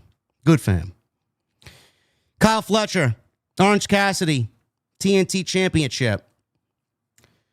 You know, Jesse, it's amazing. You know, not that we care about Orange Cassidy or anything, but it's amazing how Orange Cassidy comes back and in his first singles match back, he automatically is getting a TNT Championship match and sent out there, sent to the gallows. They sent him to the gulag to fucking lose his first singles match back after 9 months of being out with injury. Now, I don't know how you feel about that. You know, I know Orange Cassidy is already an established guy here, and the fans are going to cheer for him regardless, but the way that I look at things, man, you know, the more you win, the more credible you look. I don't know why you would have him go out there in his first singles match and lose in a predictable match. No, if there's anybody that can go out there and eat some L's and not take any downfall from it, it'd be Orange Cassidy. I mean, that's his whole gimmick. He doesn't give a shit. Like, whatever. I mean, he doesn't fucking care. I mean, look, is it ideal? No, especially if you plan on pushing them any higher, but maybe they don't. And again, if it does not matter to most, it definitely doesn't matter to me as far as affecting his gimmick. I mean, Orange Cassidy lost. Now what? He's buried. Are you kidding me? He's still gonna come out, give a thumbs up. What are you kidding me? Tony Khan loves this fucking guy. Yeah, he's fine. I mean, it's absolutely fine. If there's anything else, it's a good thing. I mean, he's helping putting someone else over. He's not worried about Orange Cassidy at all. So Cassidy wanted an orange punch. Fletcher spun out. They tried a powerbomb beach break attempt there. Multiple pin attempts. Fletcher planted Cassidy with a spinning tombstone. Running corner boot caught Cassidy as Fletcher wanted a brainbuster, but Cassidy got an inside cradle for a close 2 count. Both trade thrust kicks as they fight up on the ropes. Fletcher crashed down below as he took the referee to distract him while Cassidy is up on the top rope. And we get Hologram coming on out.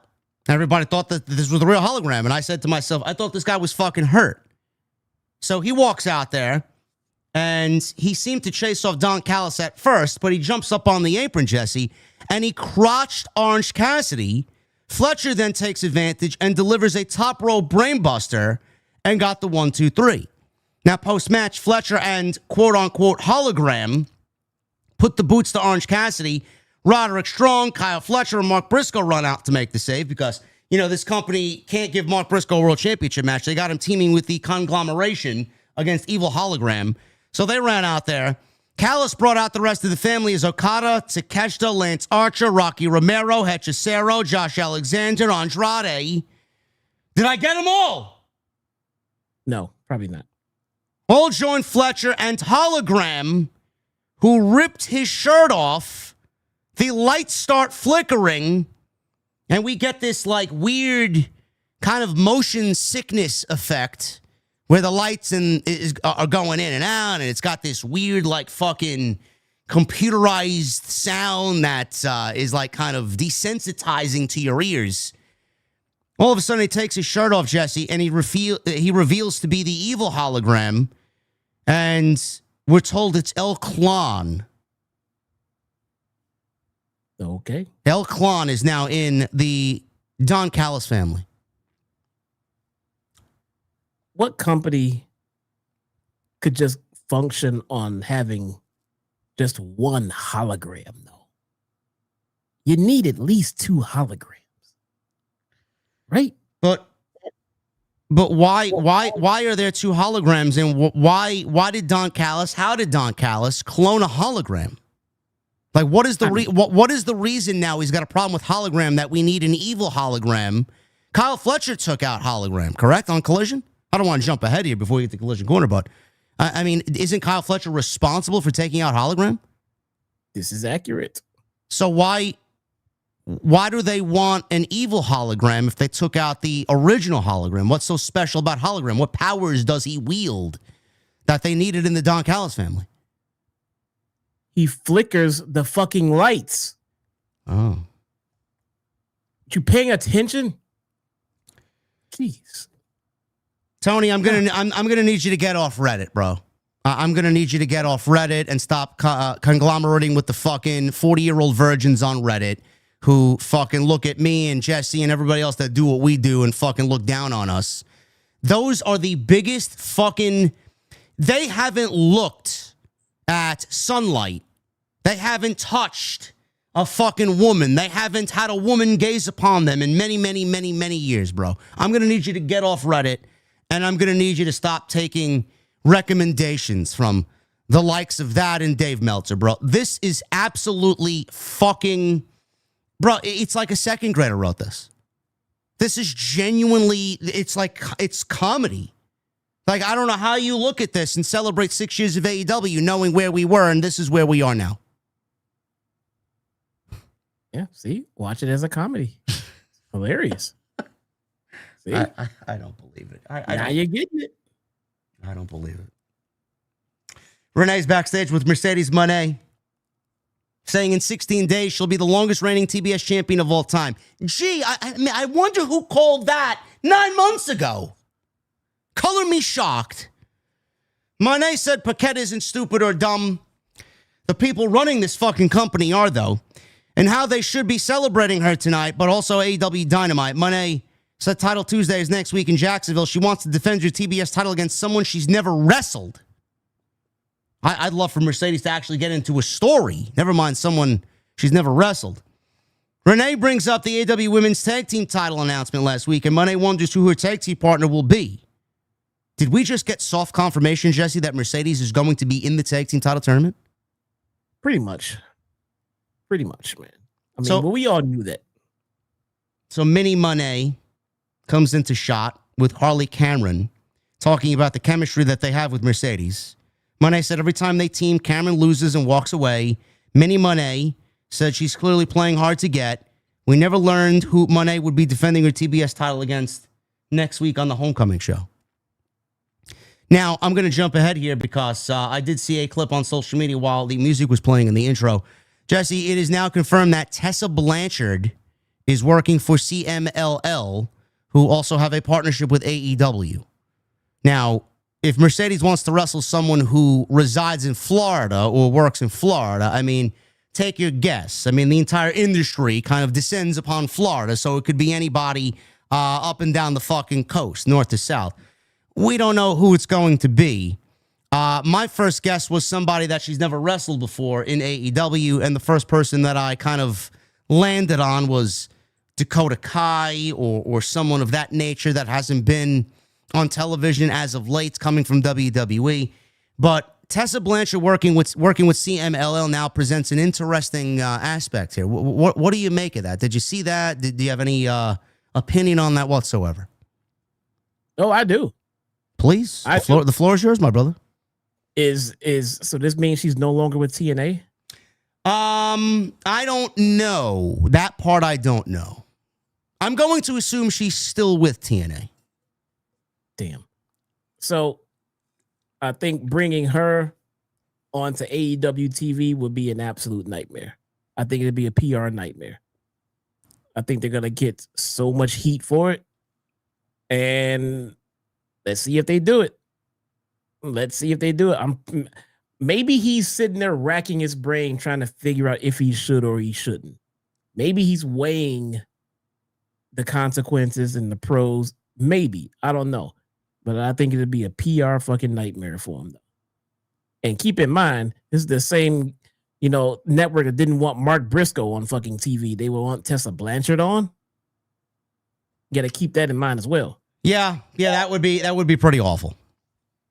That would be pretty awful. Both are in the same vein of why they weren't on national television for quite a while. But yep. Tessa's an interesting aspect. Again, it could be anybody. If they actually go and deliver Tessa next week, I'd be shocked. They may be serving Tessa up I believe Mercedes is the CMLL Women's Champion, so they may be building towards that at some point later this year. I don't know, but on AEW television, I can't see them doing that. Yeah, they can pull it off on CMLL. Yeah. They can get away with it there. I don't know. It could be anybody, chat. Ruby Soho. Britt Baker's already wrestled Mercedes, so that's disqualified. It could be Shayna Baszler. It could be Dakota Kai. Whoever else is not in AEW that's just out there work. Tegan Knox. It could be anybody. It's probably going to be somebody that's not contracted with the company. I thought Shayna Baszler showed up in NXT. She did, but she's not under a contract. They're trying to lure her into being a coach. She doesn't know if she wants to do that yet. I see. Yeah. So yeah, that's that. Mercedes is actually wrestling next week, so we'll see what happens with that. Moving on here. Adam Page and the Ops, Samoa Joe and Powerhouse Hobbs versus the Death Riders. Jon Moxley, Claudio Castagnoli, and Danny Garcia.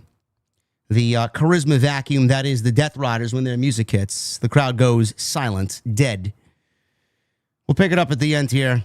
Deadeye on Moxley turns into a pop-up uppercut by Claudio. Joe made the save, leading to Page hitting the buckshot and the pin on Claudio. Post-match, Page was celebrating, handed the trios titles to Hobbs, and shoved the title to Joe's chest as it fell to the ground. Page held up his AEW World Championship as Joe spun him around and got in Page's face for the disrespect. So Jerry Lynn and a bunch of security rushed to the ring to separate the two, who did not throw a punch at this point yet. Joe was yelling at Page that he's never beaten him. Joe threw a shot, got a cheap one in. Security quickly stepped in between the two with Hobbs. He was trying to keep the peace, walking Joe to the back as Page told all securities to get out of his way. I think we've done enough ranting on this in the beginning of the show. Why Joe is getting a championship match. How Joe is getting a championship match. This is the reason, folks. Adam Page shoved a trios championship belt into his chest like a man, and it fell to the ground. And Joe found that to be a disrespectful gesture from Adam Page. This is how we're building Adam Page's next opponent. 2 weeks before Wrestle Dream, just to get a main event out in St. Louis. And you mean to tell me that the people running this company don't give a shit? Absolutely they don't. No. Come on now. No. 11 more likes for Collision Corner, by the way. We're at 789. 11 more likes. 800 is the goal, and Jesse and I will break right into Collision Corner. Jet Speed and Willow talking about their run-in with FTR and Stokely last week. Kevin Knight challenged either member of FTR to a match. Nightingale said she'll be there ringside to have their back. Stokely says there is no one he hates more than Willow, and they have a surprise for her in due time. Since Knight wants to run his mouth, he can have his match, but won't find out who he's wrestling, whether it's Cash or Dax, until Collision. Ooh, oh, what a way to get me to watch Saturday night. Oh, boy. Not with baseball on. Give me a break. 811 likes, bro. We did it. You know what to do. Okay, let's do it. What took you guys so long, man? I don't know. I got some hot fire right here, bro. Let's get it. It's time for Collision Corner. Oh, my goodness. There he is. Look at him. Here we go. Come on. Put me on. Put me on. Let's go. This week's edition of Collision Corner brought to you by, once again, Mr. D. Rice, a.k.a. David Rice. Thank you so much, bro. Let's get into it. David Rice, man. Huge supporter of the channel, man. Shout out to David Rice.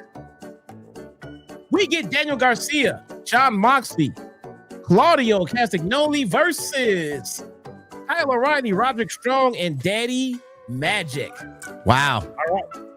Now, this show began with a pissed off Daddy Magic saying that since he couldn't get an explanation out of Danny Garcia as to why he turned, then he would just beat it out of him. He was pretty passionate when he gave that promo too. But this match ended with Daddy Magic getting his face stomped and eating the L.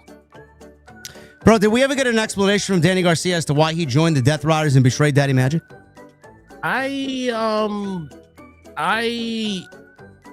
So they show a replay of the Death Riders beating down Will Hobbs. Okay.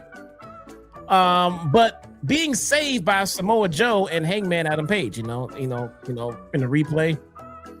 Then they said, and I quote, following the show, we had these words, after the beatdown, they recorded this segment. And then they cut to the ring and we got an awkward silence and we got Wheeler Yuta and Marina Shafir, Rachel Ellering, and Rosario Brillo all standing around in the ring. You see the ref clearly told via his earpiece to start the match. Clearly Shafir and Yuta win, but I want to talk about how they showcase Shafir here, okay? They stopped trying to portray her as a wrestler, and instead they highlighted how good she was in jiu-jitsu and mixed martial arts. That was actually a really good idea, because trying to have her go out there and do normal traditional wrestling spots, it just wasn't working out. But the way they've been booking her in her matches now as jiu-jitsu and UFC style fighting, stuff that she is actually really good at, this match looked really good for her. She's stuck in her lane. She's stuck to her lane instead of trying to do a bunch of shit that she wasn't good at. Well, I'm interested in knowing who Brillo Head is here, bro. Who's Brillo? bro. You don't even want to know. We're talking future star, bro. Brillo. Brillo. Do I clean my sink with Brillo, bro? And soft scrub. That's a Brillo pad. Oh, okay. You will stop fucking disrespecting. Well, who are the other ladies? Brillo and who? Rachel Ellering. It was a mixed tag match. Rachel Ellering. Oh. Yeah. We all know Rachel. Has Mercedes beaten her yet? Ooh. That's a good question. Pretty sure somewhere on this planet she has. Maybe. But I don't know about this show or not. They don't treat Rachel Ellering as a prominent star. Is she related to Brillo? No, it's a mixed tag match. Oh, it's a dude. Okay. Is he related to Willow? Is he Willow's brother? I don't think so. Okay. I would not assume that at all. Okay. Not at all. Nonetheless, Marina Shafir actually looked good in the way they produced her match right now. And it made me actually kind of think about when you just said Shayna Baszler. If they decided to bring in Shayna Baszler, have her team with Marina Shafir, it might work. If they're gonna book her like this and have her matches go like this, it actually might work. Isn't Ronda Rousey available as well? I believe she is, but I don't think she wants to wrestle anymore. I'm still thinking about Brillo, bro. Maybe we should team up Brillo with Pillow. That'll be my tag team partner. That's a great combination on Saturday night, bro. Brillo and Pillow. Can you imagine that, man? If you're not gonna respect the seriousness of the Collision goddamn corner, bro, what is wrong with you? This is real shit right now. You know how much time I spent watching this goddamn show? Do not mess with me. I know. Do not mess with me. I've never heard of this guy, bro. I don't know where they just announced him like we were supposed to know too. Because when they came back to it, they were all standing in the ring. It was like, okay, well, we got Wheeler Yuta, Marina Shafir, Rachel Ellering, 3 people that we already know. MK Panty says we should name them the Pillow Riders. Oh my God, no. And then they go and then like Rachel Ellering and Rosario Brillo. And then they just move on with the match. And I'm like, wait. You just gonna bruise over that shit? Like we supposed to know who this dude is? At least everyone else. Wait, his name is Rosario Brillo? Yes, sir. No wonder I thought he was a chick. What the hell? Yep. Maybe it's Brazario. Maybe I misheard it. All right. Maybe. It might still be Rosario, but maybe it's Brazario Brillo. Who fucking knows, man? We get Anthony Bowens.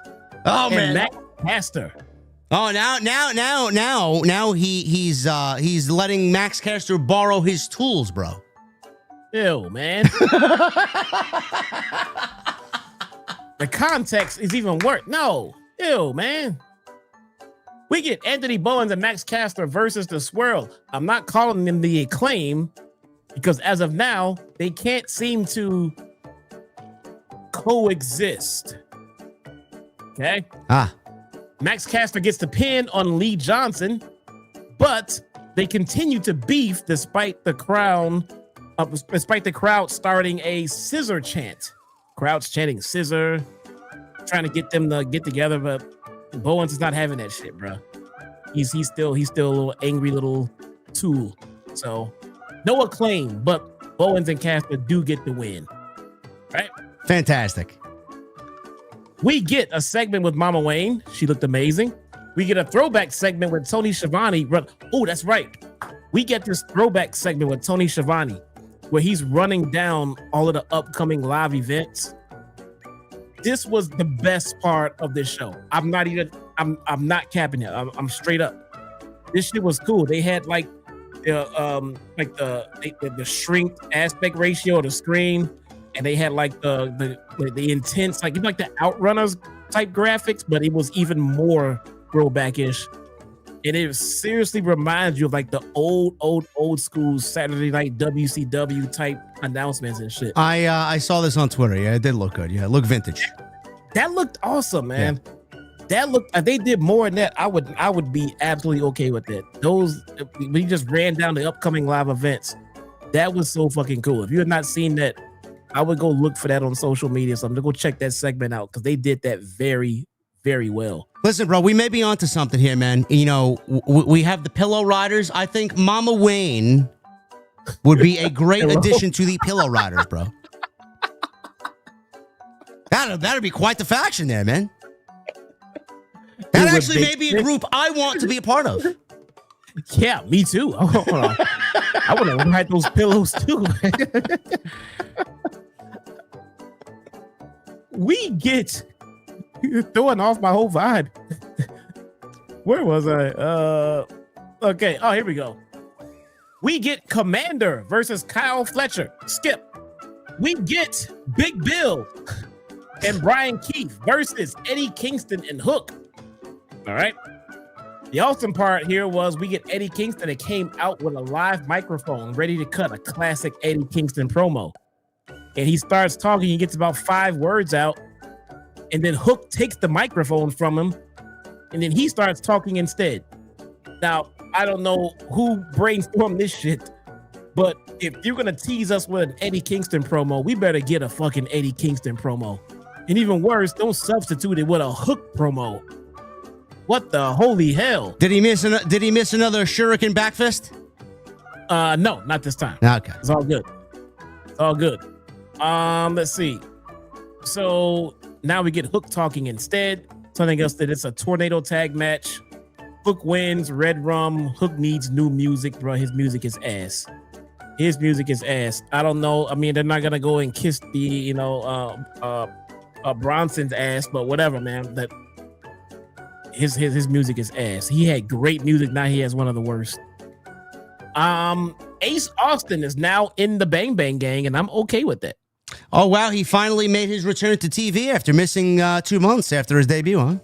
There you go. There you go. They made it make sense, so that it all works out. It all works out. Main event. Jamie Hayter versus Julia Hart. Skull Vikings, Julia Hart. Jamie Hayter wins with Haterade. All right. Julia Hart has drastically improved in the ring. I don't know if anybody's noticed that, but if you go back to her cheerleader days to where she is right now in this match with Jamie Hayter, she's made even more improvements. That needs to be noted because she had a pretty good match. Post-match beatdown. Why? Because it's a women's match. That's why. Queen Amanada comes out to save, and Jamie Hayter grabs the microphone and says 3 words: blood and guts. So apparently, we're gonna have the Triangle of Madness versus Jamie Hayter and Queen Amanada and Blood and Guts. That's what it seems like. There was not 3-on-3 out there. There was 3-on-2. Blood and Guts. They didn't give us any more information.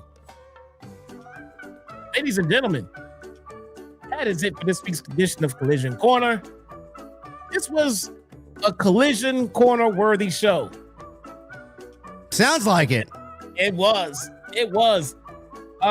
Yeah, man. Somehow, some way, I continue to watch Collision, so you don't have to. Oh my God. I don't know how anybody. I don't even know why it's still on the air, to be quite honest with you. I don't even know how it's on the air still. Oh my God. Now man. with the playoffs, bro, and basketball starting up soon, and hockey. I mean, we're already preempted. Dynamite comes on Tuesday next week, Chet. Because of the playoffs, and Collision is actually starting this Saturday at 7 p.m. instead of 8 p.m. I thought Collision was on Wednesday. Collision is it on Wednesday or is it on Saturday? Let me see. I think it's on Saturday at 7 p.m. Let me see. Let's wrap this up here, chat. Being that you guys clearly don't find any excitement in Dynamite, and neither do we. So let's wrap this up here. We had Renee with Hangman backstage asking his thoughts on what happened out there with Joe earlier. Paige said in 6 years he's never been so confused as Joe had a bitch fit for what? Saturday. Saturday, and it's a taped episode too. So yeah, they'll probably be taping that tomorrow. Yep. Dropping his title while handing it to him, Paige then realized it was about much more. It's about Joe wanting a world title match. While Paige is grateful for the ops helping counter the Death Riders at All In when he won the title, he's fine giving him a title match and suggests Wrestle Dream for that match to happen. Great. The excitement is palpable, bro. You just taste it. Yeah, bro. Timeless Tony Storm versus Melo. Why? You're asking me why this match took place. Why? Oh, is it? Wait. Maybe it's because. Hold on. This might make sense. Maybe it's because Tony Storm has to start at the bottom and work her way back up to a title match. No, because Tony is getting a title match against Chris Statlander at Wrestle Dream 1-on-1. Okay, well, she beat Melo and then she earned her opportunity at a title match. Because beating Melo is more than enough to get a championship opportunity at the World Champion. Yes. Makes sense. There we go. So Storm 0 for the win here by Tony Storm. Post-match, Tony took the microphone and said it all out when the bell rang. She didn't hear victory nor defeat. She heard nothing. Silence so deep, it completely gobbled her up. Storm stared at her that she was everything that she wasn't, a glorious champion. When she left the ring, all the questions followed her into the dark as she wondered, who the bloody hell am I? Chris Statlander, she's not finished with her and needs to know one-on-one. Name the place, name the time. Her line, instead dropping the mic as they faded to black. I should point out here that Tony Storm, for the first time in maybe ever, got what chance from Hollywood, Florida, Jesse? Did you see that? Yeah, I heard she was not very happy about that. Yeah. I mean, like, legit, like, was not happy about it. Well, the gimmick has run dry, bro. It's stale and boring. What's stale and boring are those fucking what chants? How about that? That shit is stale and boring. I don't know why people still do that obnoxious shit. It is so cringe, man. Well, maybe they wouldn't do the what chance if the actual storyline and the gimmick meant something. Really? You think they would go away? Is that what you're fucking saying? No, I'm saying Tony Storm wouldn't be receiving what chance. But the what chance would still be around. When was the last, bro? When was the last what chant in AEW? Have we ever even heard of what chant in AEW? I don't remember the last time I heard of what chant AEW. It's foreign over in this land, bro. They don't do that over here. Yeah, no, I don't remember, man. It's not Tony. It's what Tony's being given. Tony's too good for this shit. I'm sorry. She needs to change. She needs to switch something up, man. I know you love her. We all love her. But, I mean, the character is not resonating anymore, man. They have squeezed that orange of its juice, bro. There's nothing left for her to do. Where do they go now? No. It's always creative, man. They're doing the best with what they can do. I thought she was going to take a little time. She deserves a little time off, reset, get fresh again. I don't know why she's still going right now, especially if she's going to lose to Chris Statlander, right? I mean, why are we doing this? I don't know. Chat, please refresh the stream. Our sounds and our mics are not clipping and we're not out of sync. Restart the stream. It is all YouTube. We don't have any problems here, okay? Maybe you should pin it. Please. Pin it. I'm gonna start pinning it every week. It's not us. It's you. It's your browsers. It's your YouTube. Refresh. I'll type it up and you can pin it. Eddie Kingston's facing Dralistico on Collision. They announced that live on Dynamite tonight, as if anybody fucking cares. Eddie Kingston comes back, bro. Top babyface here in the company, man. They got him wrestling the Luchas on Collision. Makes sense. Refresh your browser. Refresh. It's in the top left corner. It's that spirally arrow.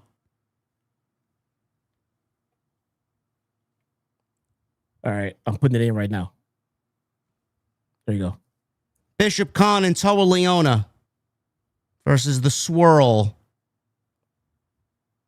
2 heel tag teams here, bro. Yeah. Who'd you cheer for? I chose for the Time Limit. Oh yeah, well we all lost. I chose for the mute button on my television remote. There you go. That's for the W. Yeah. I chose anybody else. I got up and drained the lizard. I got up and made a coffee. I got up and got myself some pop chips. That's what I did here. Like, why does this even matter? Pin my comment. Pin my comment. Where is it? Where are you? Let me see. Hold on. Oh, there you are. It took me like a few seconds to realize that we got 4 heels in the ring, and we don't give a shit about any of them. So I mean, and the crowd was already that thrown off too. Like, what are we supposed to be? We were just booing these guys. Why would we care about these guys? I mean, this makes no sense, bro. Why has anybody been given an explanation as to why they are the swirl, bro? Did they go to Carvel one afternoon together, holding hands, and they got ice cream together, and now they're the swirl? Did they mix vanilla and chocolate soft serve? What's going on here? No. Did they go to Auntie Anne's in the mall, bro, and they get a cinnamon bun and name themselves the swirl? What happened, bro? One's black and one's white, and when you mix them together, you get a swirl. So my Carvel analogy was correct, huh? There you go. Okay. Any toppings on that ice cream, bro? Brownie chips, chocolate chips, rainbow jimmies. What are you getting?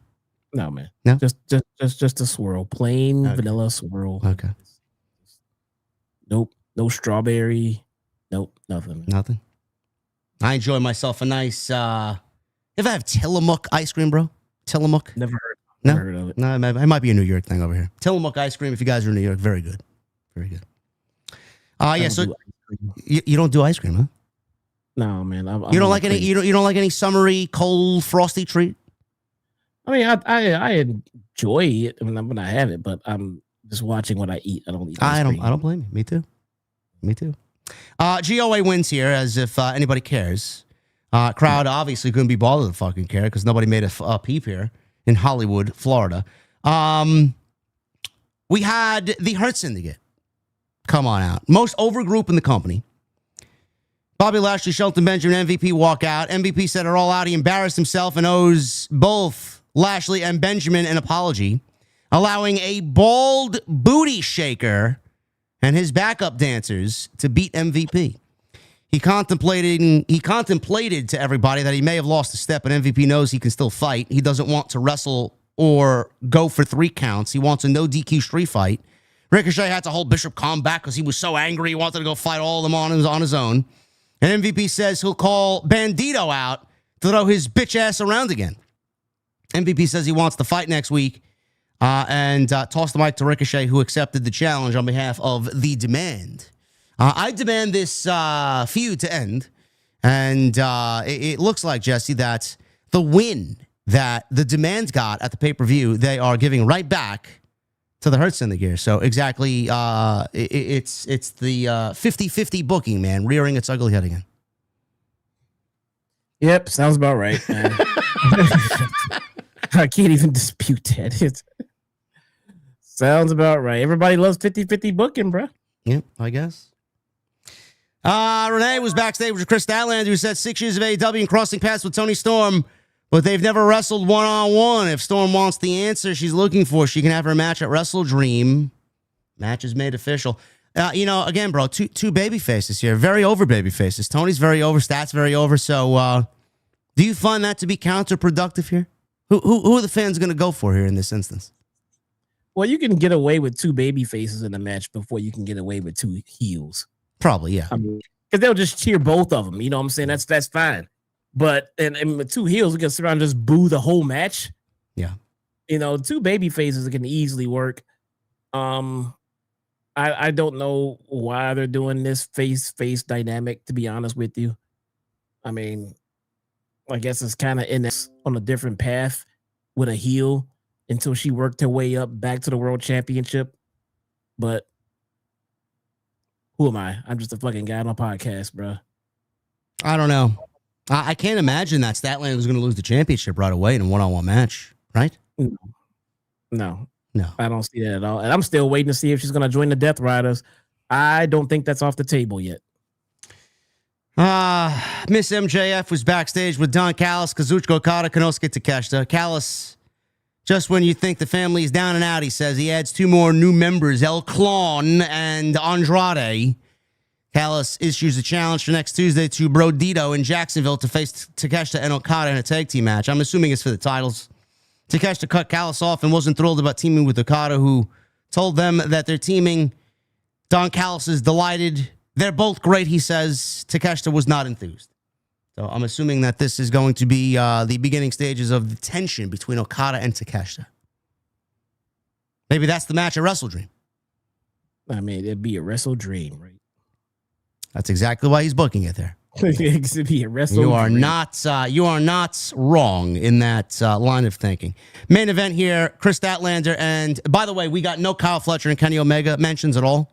So thanks for coming and putting them through a table and no mention. Fantastic.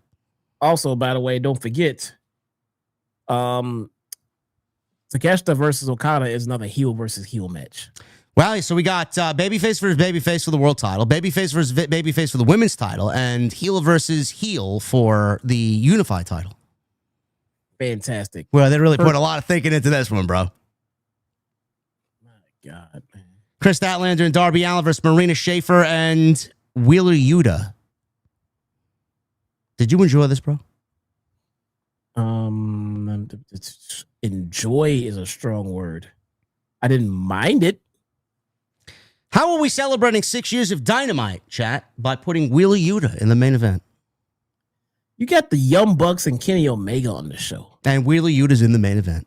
And Wheeler Yuta's in the main event. Yuta grabbed some powder. Allin ducked. Schaefer was blinded instead. Allin, by the way, we saw thumbtacks in this thing as well, as if we didn't see enough of them 2 weeks ago. Just so desensitized to it all. Allin threw Yuta into Shafir, and she locked her own tag team partner in a choke because she was blinded from the fucking debris that was thrown in her face. Now, I'm going to agree with you here. Yeah. We just got an entire fucking thumbtack match. Yeah. Yeah. We shouldn't be seeing any more fucking thumbtacks for a while. No. Bro, we've had hardcore plunder matches every week for the last 6 weeks now. So we're getting one next week with the Hurt Syndicate and the Demand Street Fight. I mean, this was a Texas Tornado match. Yeah. Yeah. I mean, you need to give us some space between the thumbtacks. I mean, it's just becoming just as regular as a chair. Thumbtacks, chair, table. Yeah. We've gotten plunder matches every week since their residency in ECW Arena. It's crazy. They don't quit. So Allin threw Yuta into Shafir, and she ends up choking him out because she was blinded. Statlander flew in with a 450. Looked good, but she didn't stick the landing on both of them, while Allin delivered a coffin drop on Yuta to get the win, so he pins Wheeler useless here. 1, 2, 3. Post-match, Tony Storm walked out to the stage with this emotionless look. Statlander walks off to face her, face to face. Both smile at each other, and then they start throwing punches at each other. Security breaks up the two, takes them to the back. Allen's left fighting Yuta with his belt. He starts whipping him. Pac comes in, blindsides Allin, wraps the belt around Allen's neck, and legitimately chokes him out here. He's turning fucking purple. Moxley, Claudio join in. Moxley said at Wrestle Dream, Allin has a 0 chance at doing what needs to be done to win. Never say die. Relentless Darby Allin. Moxley doesn't know how, but for the first time, Allin will say the words, I quit. So the Death Riders music then plays. Pac doesn't give a shit because he picks up Darby Allin with the music playing and hits a big lariat that turns Darby Allin inside out, and that's the way we go off the air for Dynamite. 6-year anniversary. That's all over. Wow. Yeah. Wow. Yeah. I don't know. I just seeing the show, seeing what we got, I would have arranged things a little bit differently.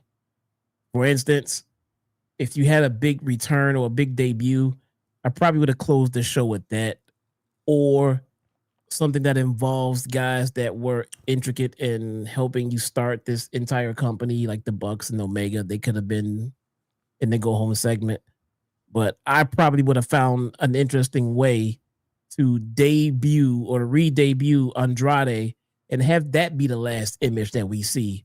And then that would then in turn say, hey, I now have to tune in next week because I want to see what Andrade has to say. Oh my God, did you hear what happened? Andrade was there. Holy shit. And leave the internet talking. And it's called a cliffhanger, people. It's called a cliffhanger. Imagine that last image we've gotten right there. Andrade with that big face reveal.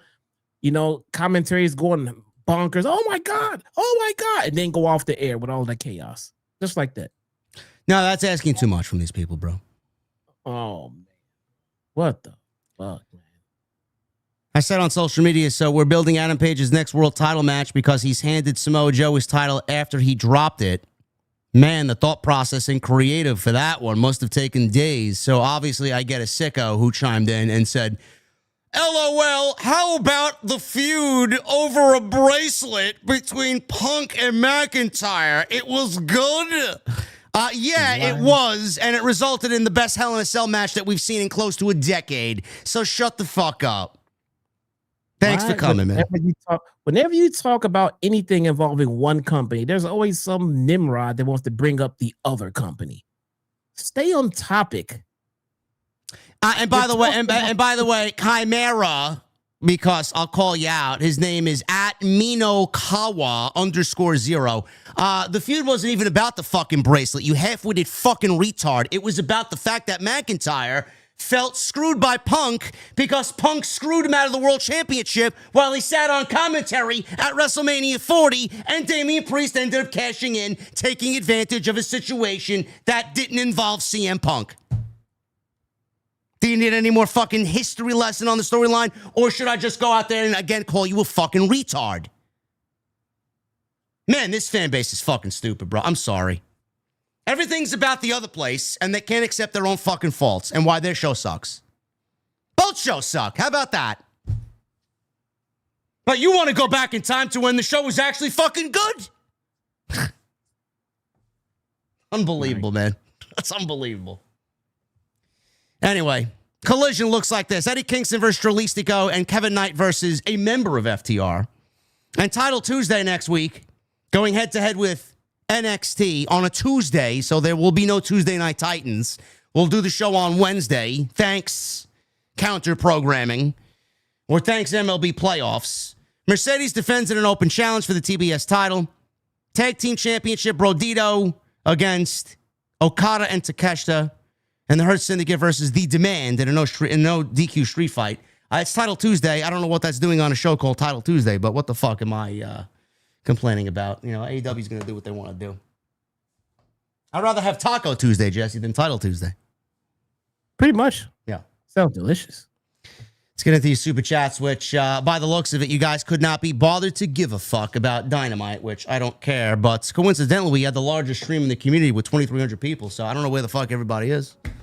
Unless everybody wants to be fucking cheap and not support. Appreciate you. Gave you a fucking rant for the ages, man.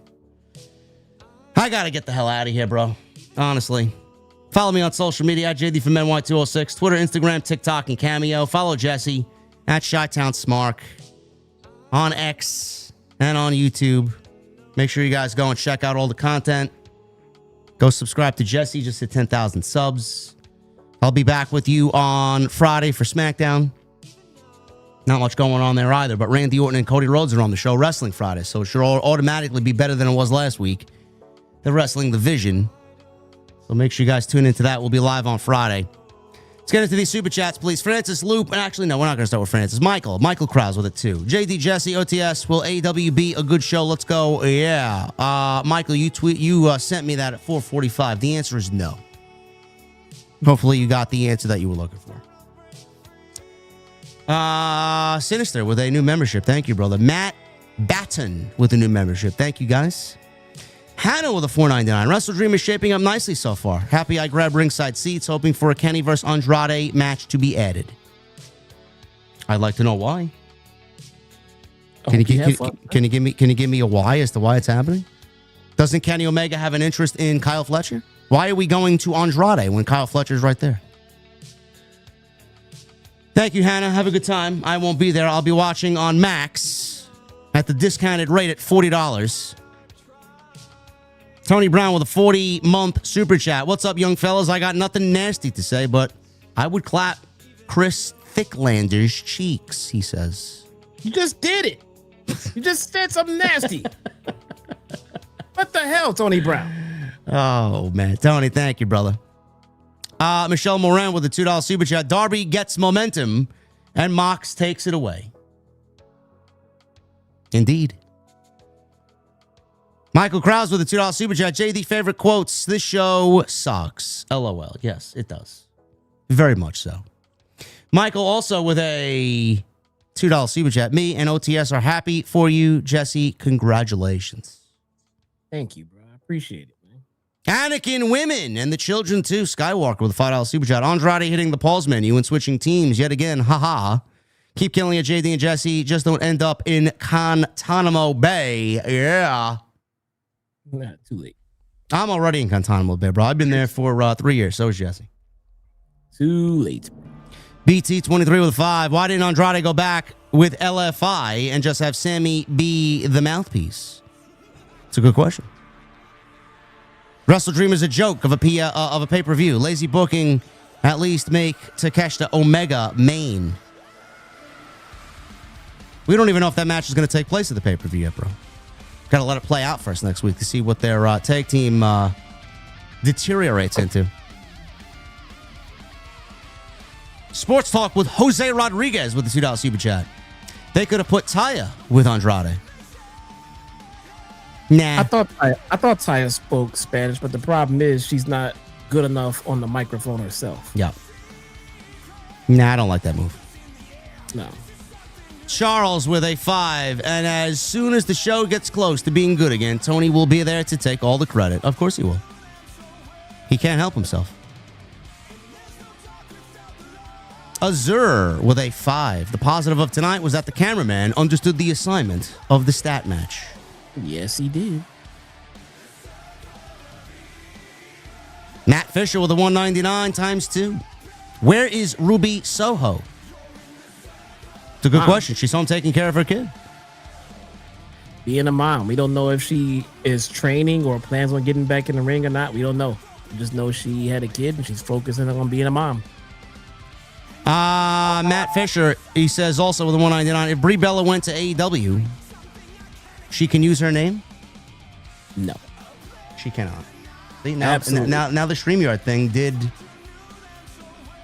the thing again. Look, are you still here? If you're taking a break, that's fine. We'll close the studio in a couple of minutes and bring you back to the homepage. Do you want to stay in the studio? Yes, I want to stay in the studio. Thank you. Okay.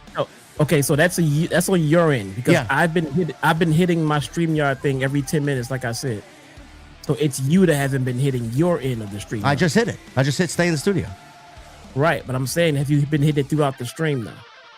This is the first time it showed up.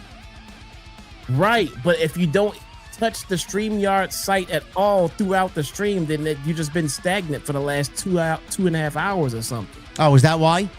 That's what I mean. If you click on it, just click on something. I've been clicking on the settings and then clicking out like every 15, 20 minutes, maybe every half hour or so, something like that. Yeah, that may be a simple fix, but that's just taking me away from what I got to do here.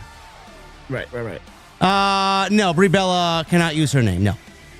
3 pages of horror with a 4.99. This is outline your stories 101, and it's not being done. If TK saw a real TV movie script, his head would explode. Omega, it hurts the heart to see. Yeah, he don't look. His aura is completely gone, bro. Everything that made him special is gone.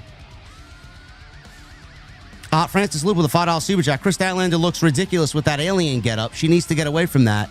Hell yeah, Andrade looks legit. Where's Trent Beretta? Who wants Trent Beretta on television? Yeah, really. They may have removed him from the Don Callis family because they have to remove somebody because there's too many. Tan May with 69 months. That's Tony Brown's favorite number, Tan May, 69.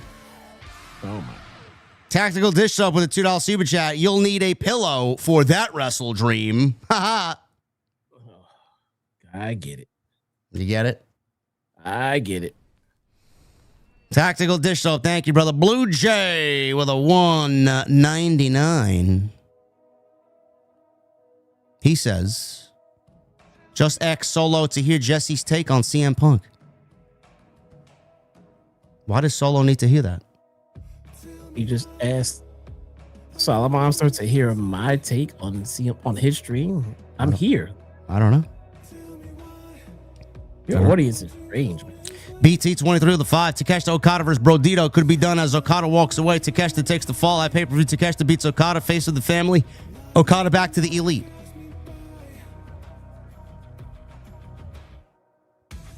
And you know what, bro? I won't care if any of that happens. Yeah. What is Takeshita doing with the unified title, bro? It's a dead title. Everybody's going to jerk off to Okada and Takeshita. It should be a good match, but I mean, what does it mean at the end of the day? God has the unified title. Yeah. Dre's move with $4.99. Hey JD, big fan. What happened to all the Call of Duty videos? Been watching since high school. Missing the Advanced Warfare video. Straight to cinema. Yeah, man. I made them private because that is not adequate for today's day and age, man. And you know, some fucking geek is gonna end up clipping something. So, all privated, bro. That's a day and age we'll never get back, man. David Rice coming in with a $50 super chat. Oh my goodness. Nice. Thank you, brother.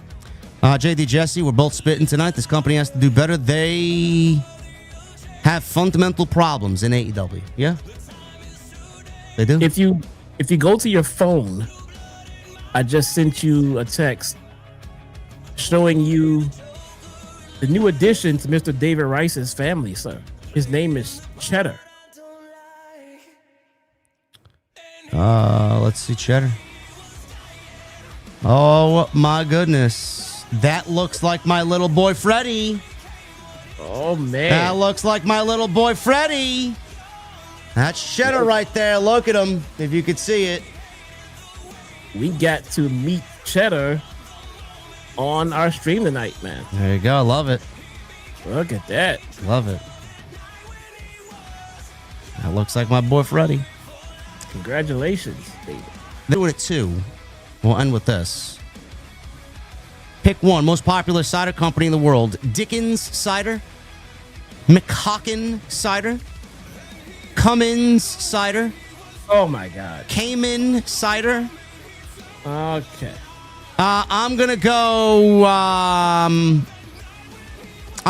Cummins Cider. This is a PG show. Actually, Cummins and Cayman Cider is good. I like that. How about pull out? How about that? How about pull out cider?